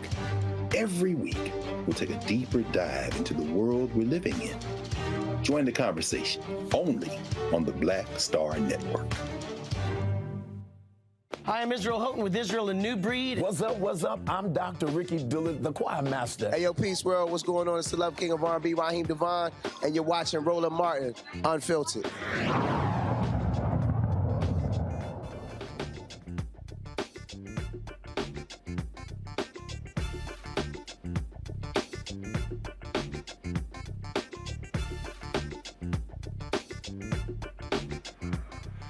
All right, folks, last night I was in Los Angeles for the 80th birthday celebration of actor Richard Roundtree. He has starred in so many different movies and television shows. We know him, of course, from Shaft, Being Mary Jane, Rock. We could go on and on and on. The movies, the stage plays. He has done it all. And so last night, many of his friends and family were there in Los Angeles to celebrate him for his surprise birthday party that his children wanted to put on for him.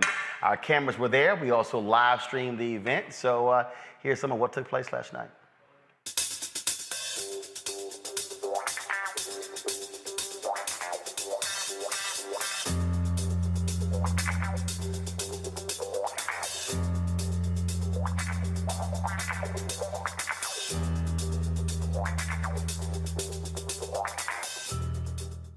You got a chance to work with the legend. Tell folks about what that was like. Oh my God, incredible. Every day, that's the man. You already know that, but that's the man. Every day, just hanging out with him, just soaking up everything that I could possibly do. Now, one thing people don't realize, Richard is low-key funny. Oh, he is now, trust me. Thank you, how you doing? Oh, he definitely funny. He a comedian, for real. He'll just, but it's quick. It's quick, you gotta catch it. He's real quick with it, but yeah. So give me one moment on the set that folks, that really stands out for you, working with him. Working with him, For me, I think it's just the prep work.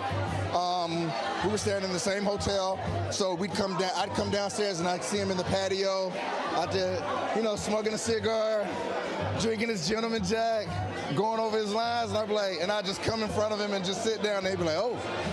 And I'm like, you want to run some lines? And then he'll just start spitting. I'm like, wait, I ain't got to that scene yet. So he already gone through it. He already go. He on it. I'm like, let me catch up, man. Let me catch up. He's still on it. How you doing? Good to see you, my man. Good to see you. Oh, sorry. I'm sorry. I didn't think you saw me. Good to see you. Y'all, you know Glenn Turman. First of all, he walked through here, got his hat on. See, him and Richard you know they old school. They got the straw hat. Well, you know how that go. You know, of all people, you know how that go. We already had that conversation. Yo, I saw him sitting over there looking like Pete and Repeat. You ain't worth a quarter.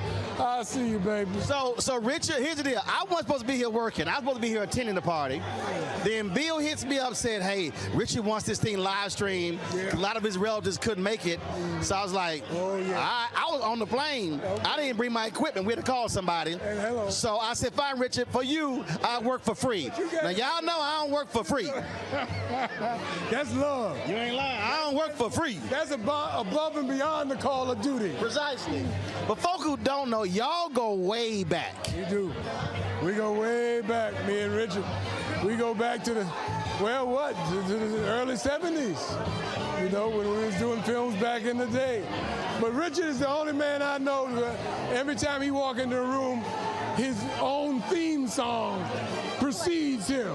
Da-da-da, da-da-da, da-da-da, it's a little hard to compete with a man who got his own song. Coolie Eye's song ain't bad. But that's at the end of the show. Right. He's at the beginning. At the show. And the leather jacket. And the whole thing. And he didn't get the one woman. No. There she is. There go the fine one he got. There she is. At the beginning of the movie, the middle of the movie, the end of the movie, and they were all different. She need to be in here. So what is it? So favorite, y'all know Richard, but just what's the Cuba with Richard. Oh, yeah, we took him to Cuba with us. Vacation. We vacationed in Cuba, and everybody else was coupled up. Right. Everybody, Richard didn't care. Richard was the only one who was single. Richard said, "Y'all going? I'm going." We waited for him to come back with stories.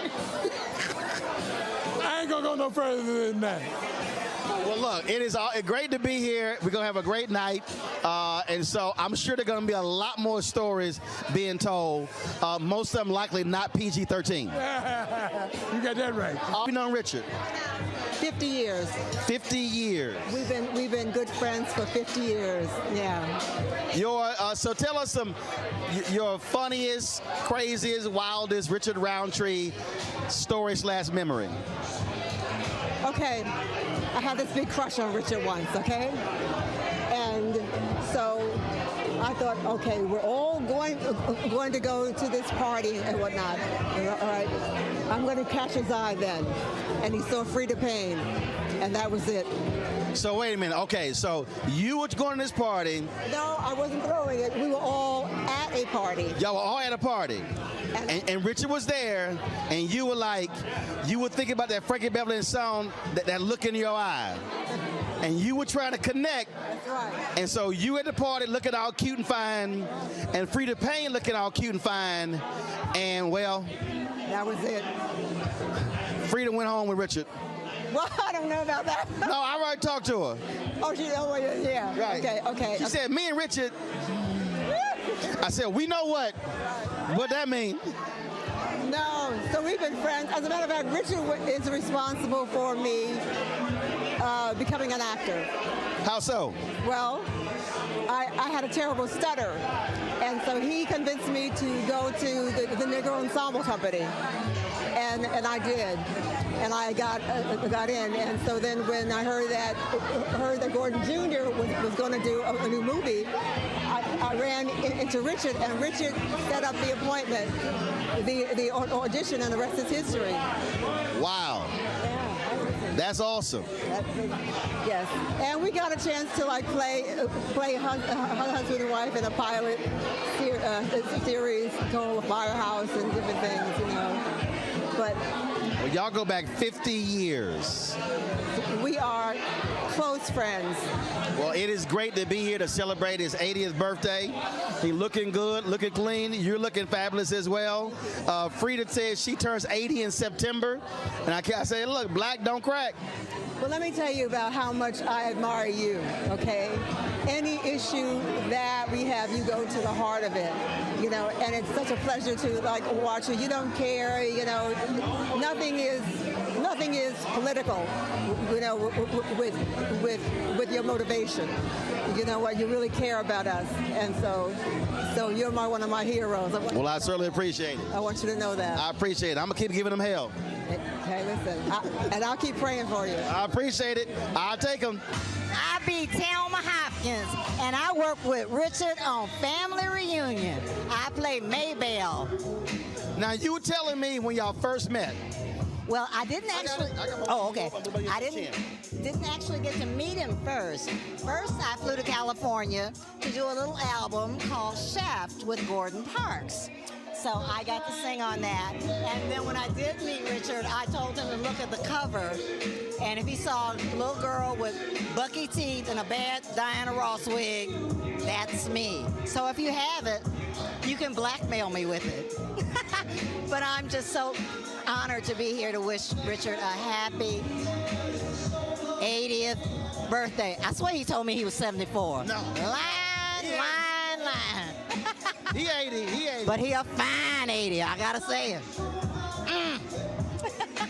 Well, look, it's glad to see you here. It's been great, folks celebrating him, and it's good hanging out, and it's good to see you. Well, he is an icon in this city, even for us who are in the same age category. Almost. So good to meet you. Likewise, I appreciate it. Love your show. I appreciate it. Hi, y'all. I want to say thank you to everyone for showing up for this. Those of you that are near and those of you that came from far away, I appreciate you. I know my dad appreciates you. We all have been on this ride together. My dad is famous for saying, I was just riding the horse in the direction it was going. He tends to negate the influence on the culture that he has had.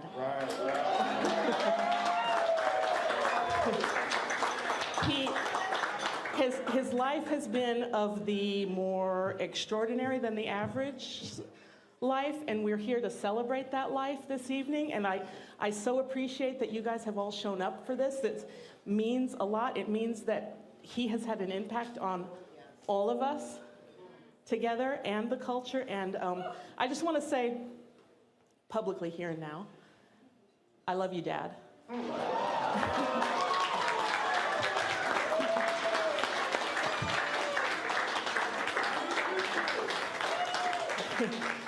And can I give a little personal anecdote about, I'll get a little teachery here because I am a teacher. The magic years when you are 6 and 7 years old are years, that's how you can tell kids about the Easter Bunny and Santa Claus and all of that stuff.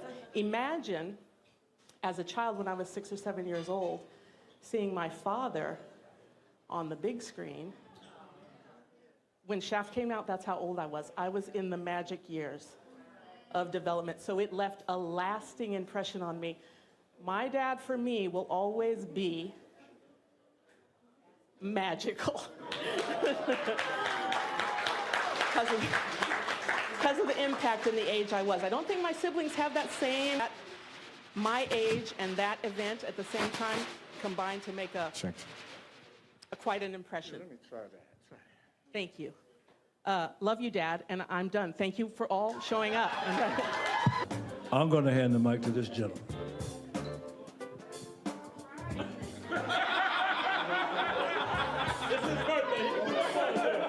I got the mic. All right, I'll say a couple of words. You're absolutely right. One of the coolest brothers ever. we had an opportunity. There was an Icon Man event where we got to sit at the table together and fellowship for several hours.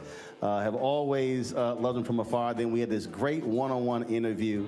We talked about everything from family to his dad, having nothing to say about him getting shafted, growing up, his long history.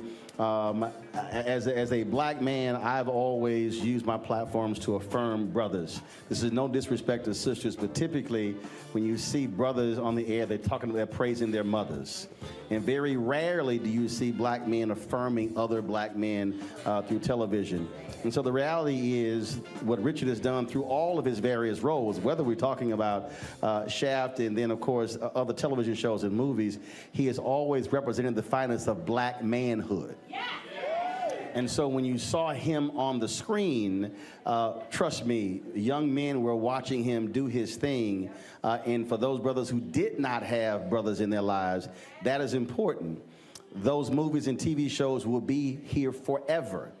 And so it's not just a question of what has he accomplished in his life. The reality is, as long as this nation and this world is here, folks will always be able to see the work and the art of Richard Roundtree and what it means to be a strong black man.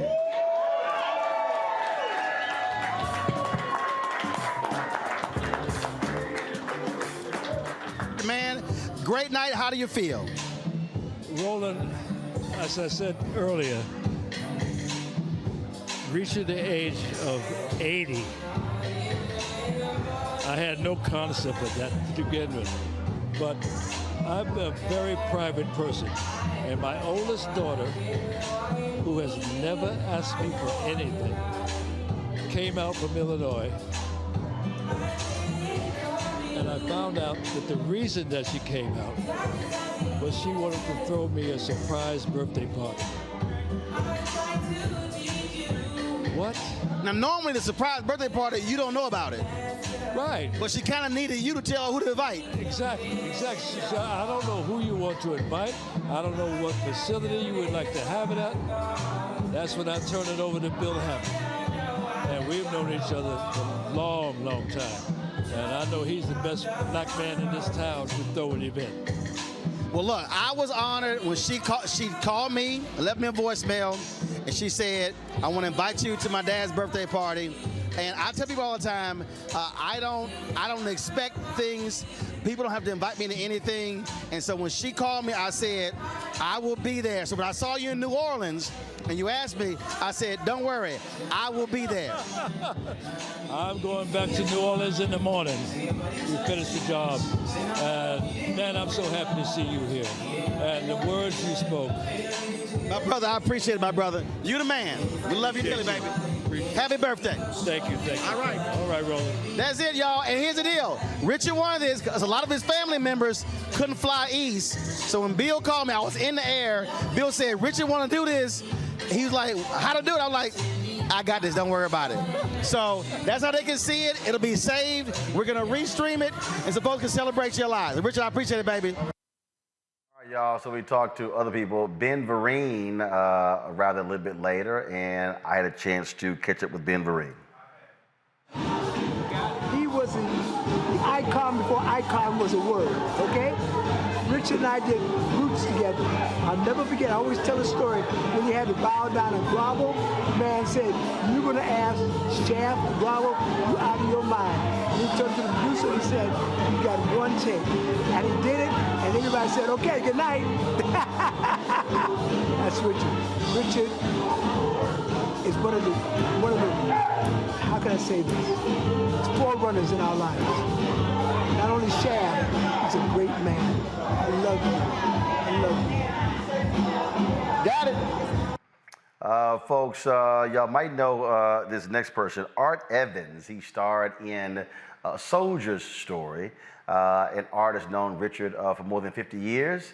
And he and I got a chance to also chat about his longtime friend, Richard Roundtree.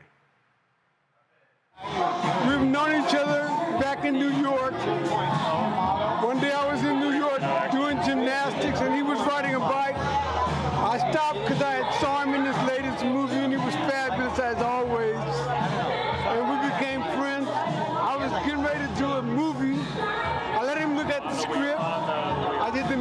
and acting, and we've been friends ever since.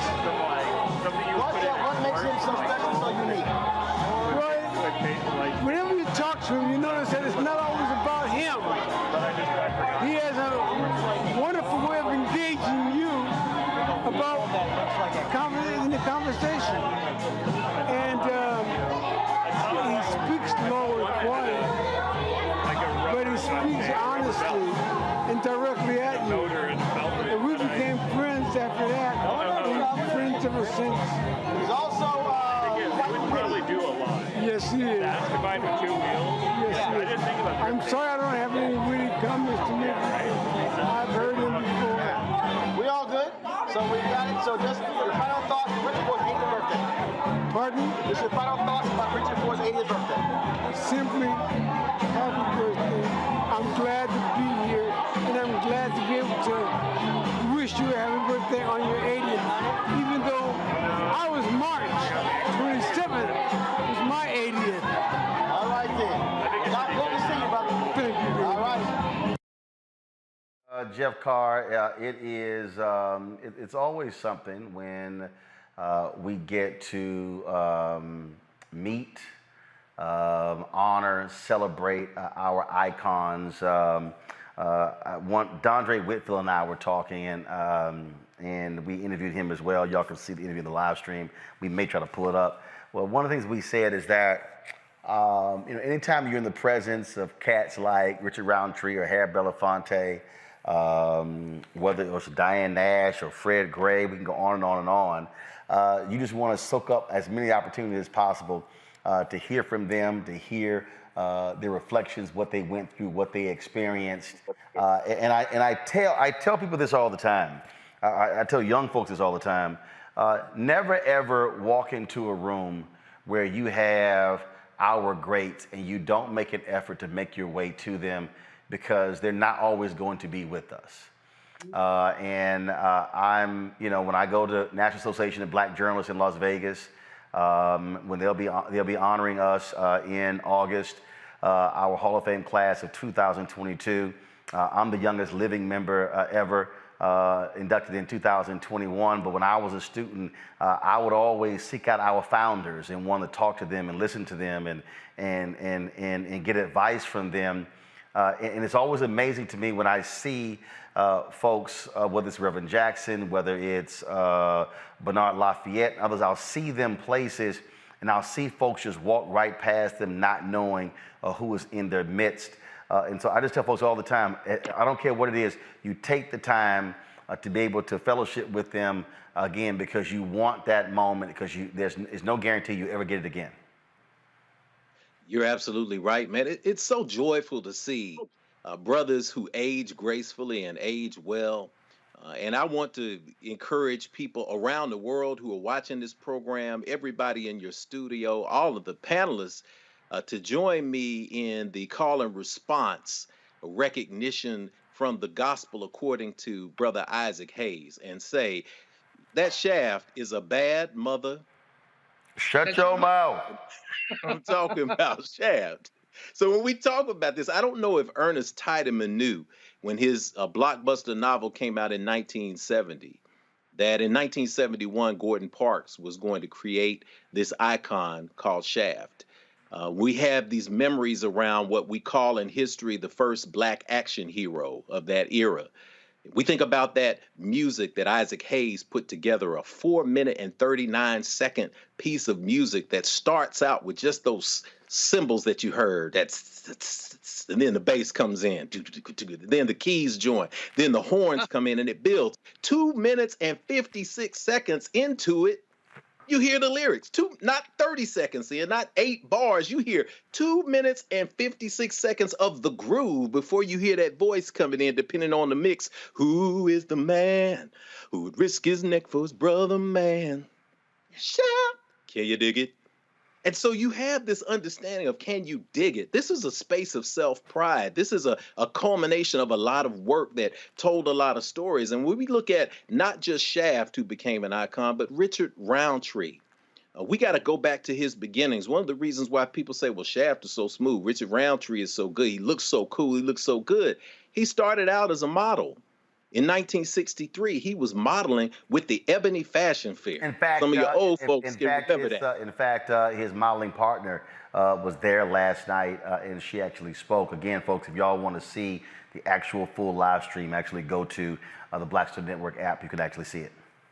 Absolutely. So he starts 1963, Ebony Fashion Fair, which ran for 64 years. Eunice Johnson, our fraternity brother's wife with Johnson & Johnson, this putting together images that went out there. He was modeling for that and Salem cigarettes and Duke hair grease. For those of you who remember Duke hair grease, he was a spokesperson for there. Then comes along 1967. This is prior to Shaft. And the Negro Ensemble Company appears. Yep. You got Doug Turner Ward. You got Robert Hooks. You got people coming out of there like Esther Roll, Moses Gunn, Cheryl Lee Ralph, Lawrence Fishburne. It is a who's who of Black excellence. So he becomes a part of that tradition. And when we look at this 80 years old, still shining. 80 years old, still exuding strength and energy, 80 years old and being recognized by brothers and sisters around the world, including what you did, Roland, which is exceptional. I think we can all conclude together that not just Shaft, but Richard Roundtree is a bad mother. I'm talking about Richard Roundtree. Nola, there are a lot of folks. Again, I know some people. I was talking to a sister last night. She's like, "Oh my God, I've never seen Shaft." I said, "I'm definitely snatching your black card." But there were a lot of people who were introduced to Richard Roundtree in the '90s with the show Rock with Charles Dutton. Then you had the folk in the 2000s who were introduced to Richard Roundtree via the show that was on BET called Being Mary Jane. We saw BJ, who was in that show. Richard Brooks is one of the actors. He played Richard Roundtree's son in Being Mary Jane. And here is the conversation that I had with him. Amazing. I grew up watching Richard now and then have the honor of playing his son and being Mary Jane and getting to hang with him and just see how smooth he stayed forever and ever. It's just been amazing. So I talked to BJ. Yeah. And BJ said he came downstairs to the hotel and he wanted to run lines. And Richard just started hitting. He's like, "Hey man, I ain't got to those pages yet." Right. And he said he was was always prepared. Oh man, yeah. Richard is the professional man. He's the baddest. Yeah. No, we always got to have a great time working together. I mean, it's too bad we don't get to do it more. Being Mary Jane was too much fun, but Richard is the tightest, man. Yeah. One of the things that I said, he asked me to speak. I talked about how he represented black manhood. Right. Even on being Mary Jane, I mean, so he represented that black father who cared deeply about his family, about his children. Right, exactly. Yeah. Well, being Mary Jane, yeah, Richard was the ultimate father. Watching out for Being Mary Jane, obviously for Mary Jane and all the boys, the Patterson brothers, and just it was a rare opportunity to get to play a family like that. To have everybody, mom, dad, brothers, sisters, and just tell that kind of human story. I haven't done that since maybe To Sleep with Anger. So it kind of was really great. So final words, what you want to tell him about his 80? Shoot, happy birthday, man, you the man. Another 80, yo, you're just the baddest ever. Love you, definitely. Happy birthday, Rich. All right. I think you're on mute, Nola. Huh? There you go. Go ahead. You know what I love about this is, so first of all, thank you so much for giving a living legend his flowers while he is still here, because that does not happen all the time. And then it also doesn't happen where you are doing a lengthy segment around celebrating his life and his achievement with family and friends. So that's just beautiful in and of itself. So thank you so much for doing that. And then secondly, being from a city where Frankie, Beverly, and Mays is still like the #1 act. It doesn't matter how old they are. I definitely have appreciation for the legends. Before I knew about Shaft, I knew about the music. I grew up in a very musical household, and so it was the soundtrack for me. And then, getting older, once my parents allowed me to watch Shaft, and seeing the movies and then following his career, it's just been a really beautiful thing to see. And then I like I like what you said about his representation of being a Black father. I am a product of a very strong Black father, and I'm always celebrating Black fathers. And Being Mary Jane was definitely one of my favorite shows to watch. And that segment just gave me so much joy. Like, I'm texting with my mom, like, Mom, you'll never believe this. Just because, honestly, Southern culture, I think does a really good job at celebrating getting older, and what that means. And I definitely, think that comes from the continent. I spent some time there, and I love how older people are celebrated, in their communities versus just being tossed away, after people do not find them useful anymore. So that was just a beautiful combination of legendary, of respect, and talent, and what he represented, not just for like swag and Blackness, but he also was like a detective, so there's like that kind of connection with like the cool and interesting kind of swag that the Black detective always has to play, so I think that's also part of his legacy. So that just brought me so much joy, and I think that's a great way to end this amazing 2+ hours just talking about all things Black. So that just gave me so much joy. So thank you. Julian, it was emotional on many levels. There were a couple of moments that I caught that were interesting. And so there was a moment where one of Richard's sons came up to him. And if many of y'all who saw my one-on-one with Richard Roundtree for Rolling with Roland, he talked about issues that he's had with his children over the years, and in fact, we're preparing. We're gonna run that interview after we end this show. So Keenan's prepping that. We'll end this stream, and then we'll launch that one. And so I'm sitting there shooting video, and one of his sons walked up to him. I'm just gonna play it, and go to the video, please. So this is he walked up to him, and they were having this moment, and they were talking, and Richard just began to tear up, and afterwards he and I were talking, and I asked him what happened there, and he said, my son just came up to me and just said, Dad, I just need you to know that I absolutely love you, and you can see right here, you can see Richard just absolutely being brought to tears. In fact, I had to go get him, see, look at him. I had to go get him a tissue because he was just broken up by that. And then there was another moment that happened a little bit earlier. Dondre Whitfield and Sally Richardson Whitfield, they came in. And Dondre has his book dealing with the issue of manhood. He has a manhood initiative. And so when they came in, the program had already been over. So they came in, and you can play the video. They were coming up to him, and so he was hugging them. And so there was a moment there. Y'all can pull the audio up just a little bit. And there was a moment there. I got the audio. Go ahead. Where they were just talking, and I kept rolling. And what happened there was very interesting. Richard was telling him how proud he was about his manhood initiative. And Dondre turns to Sally, and he said, man, I wish, y'all come back. He goes, I wish I had that on video. And he turns around, and I said, Dondre, turn your iPhone on so I can airdrop this to you. He's like, what, you got it?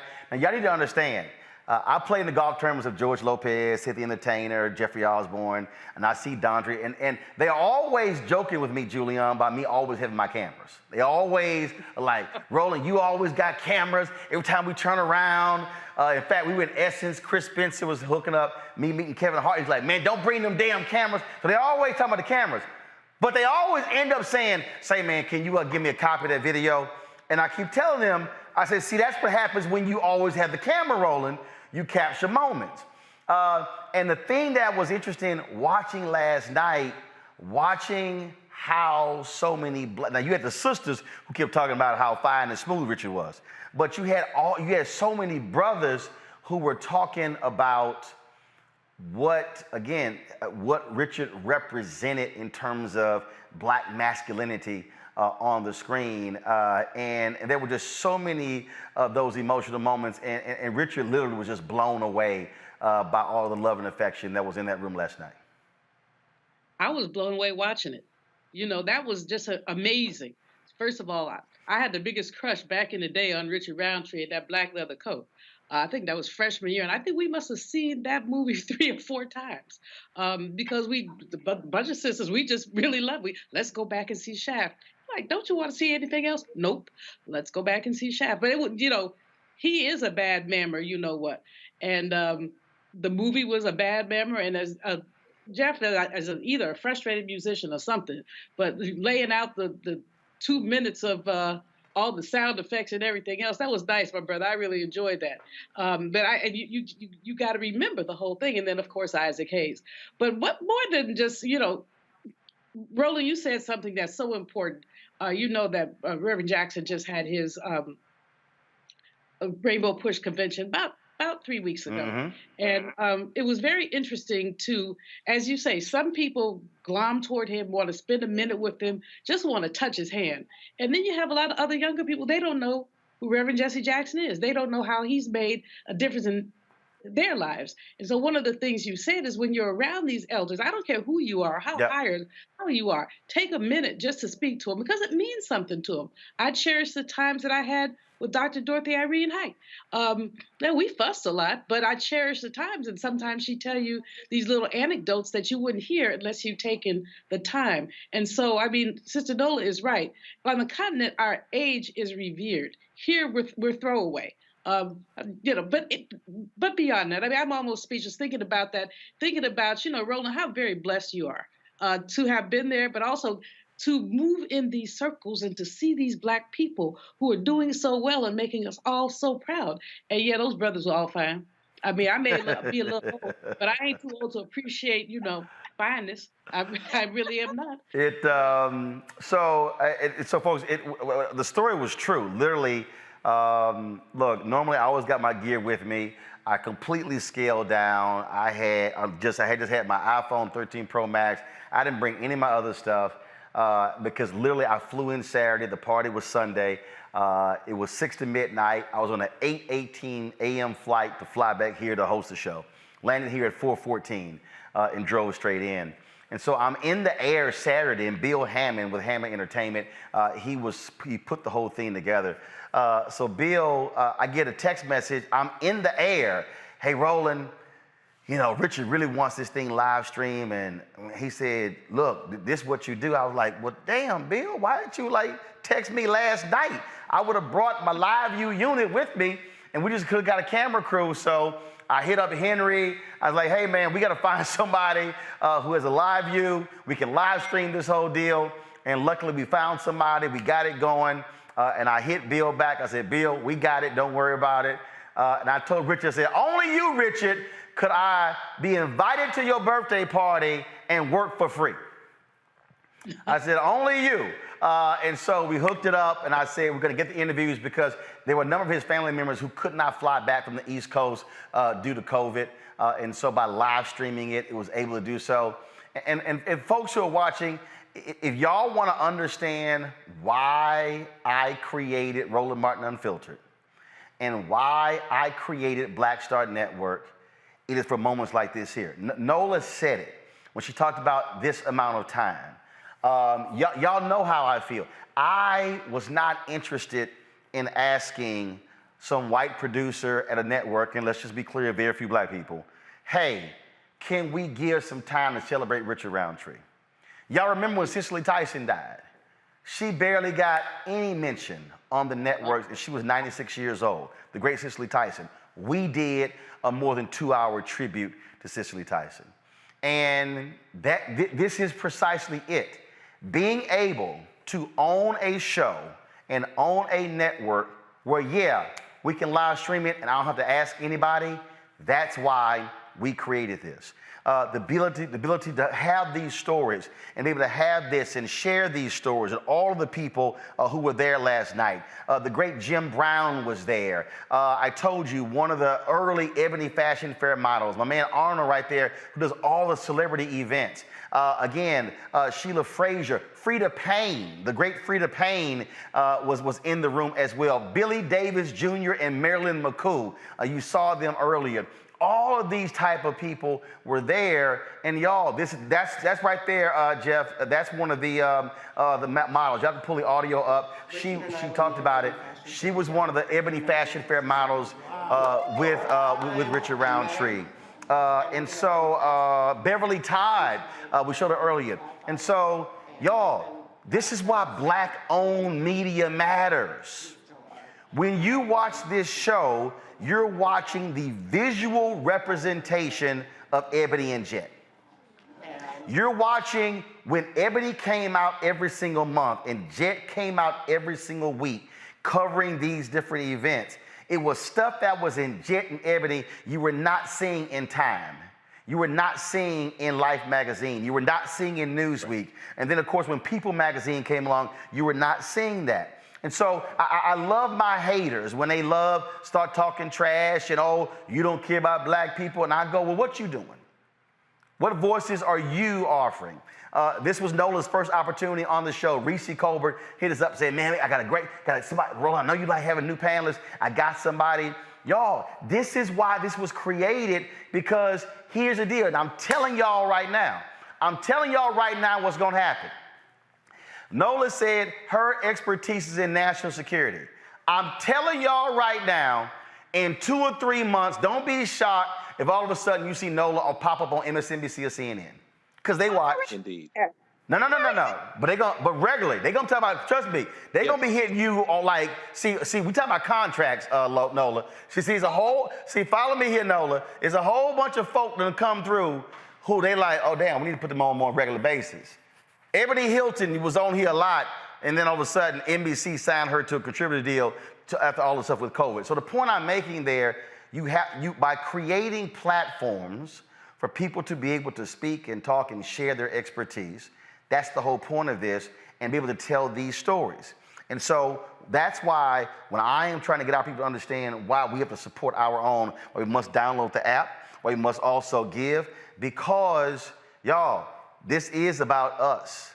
And I rue the day when we have to ask somebody else to tell our story.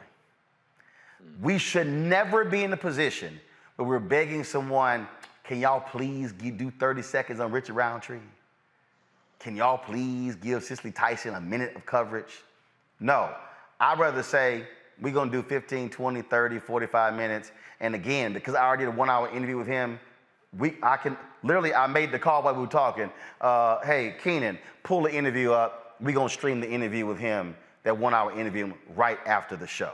And so, Richard, congratulations, 80th birthday. Thank you so very much for inviting me. Glad we can hook this thing up, have our cameras there, and showcase all of the folks. Let me thank Nola. Let me thank Jeff. Let me thank Julian for being a panel today.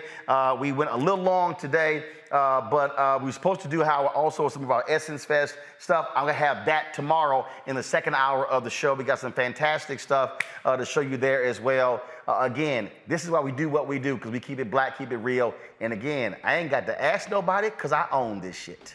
So please support us, y'all. Download the app, Black Star Network app, Apple phone, Android phone, Apple TV, Android TV, Roku, Amazon Fire TV, Xbox One, Samsung Smart TV, and support us in what we do by contributing to our Bring the Funk fan club. Our goal is very simple. We want 20,000 of our fans to contribute, on average, $50 a year. That's $4.19 a month, 13 cents a day, to our Bring the Funk fan club. Every dollar you give goes into the show. It pays for staff, for equipment, for travel, for all of those things. I put the call out, y'all, on social media because, of course, our Sprinter, the Rover-mobile, was completely destroyed. Like, completely destroyed. It was totaled in the accident that we had in Alabama coming back from Essence. And when I put the word out to our fan base as to what happened, Y'all have already responded because I said, look, our insurance, we can only get up to $125,000 worth of insurance on the Roll-Mobile. And so what has happened is already since we put that up, our fan base has contributed $25,000 already to our repurchase. We're actually designing as we speak the new vehicle. We hope to have it by the middle or late September. This was almost a week ago. All of that equipment, we had a lot of our equipment that was damaged. Again, that completely totaled. And again, y'all have been responded in a huge way. This allows for us, again, to be able to travel. We've got major events happening coming up in Alabama, in Georgia, in New York, in New Jersey, all across the country. And so we hope to be back up and running on the road with our new vehicle by mid or late September. And so I appreciate what y'all have been doing because, again, what we are all about is telling our story and not having to ask anybody's permission to do so. Again, so send your checks and money orders to P.O. Box 57196, Washington, D.C. 20037-0196. The Cash App is $RM Unfiltered. PayPal is R Martin Unfiltered. Venmo is RM Unfiltered. Zelle is RolandSMartin.com, RolandMartinUnfiltered.com. And we ask that you give to us directly, because even if you contribute to us on YouTube, remember, we only get 55 cents on every dollar you give. They keep 45. So if you give to us directly, we get the full 100%. Folks, that is it. I appreciate it. I will see y'all tomorrow. And yes, I'm rocking the Rock Deep their shoes here. You had some haters who were trying to talk trash because I was rocking them yesterday in LA and talking about my outfit. I was wearing black-owned clothing from King McNeil Collection. And then I was rocking these shoes from Rock Deep Global. We support black-owned businesses. And so whenever your haters are trying to diss you, they also dissing black-owned companies. While they at it, that's why you should not follow your ignorant haters. But we gonna keep doing what we do. I'm gonna see y'all tomorrow.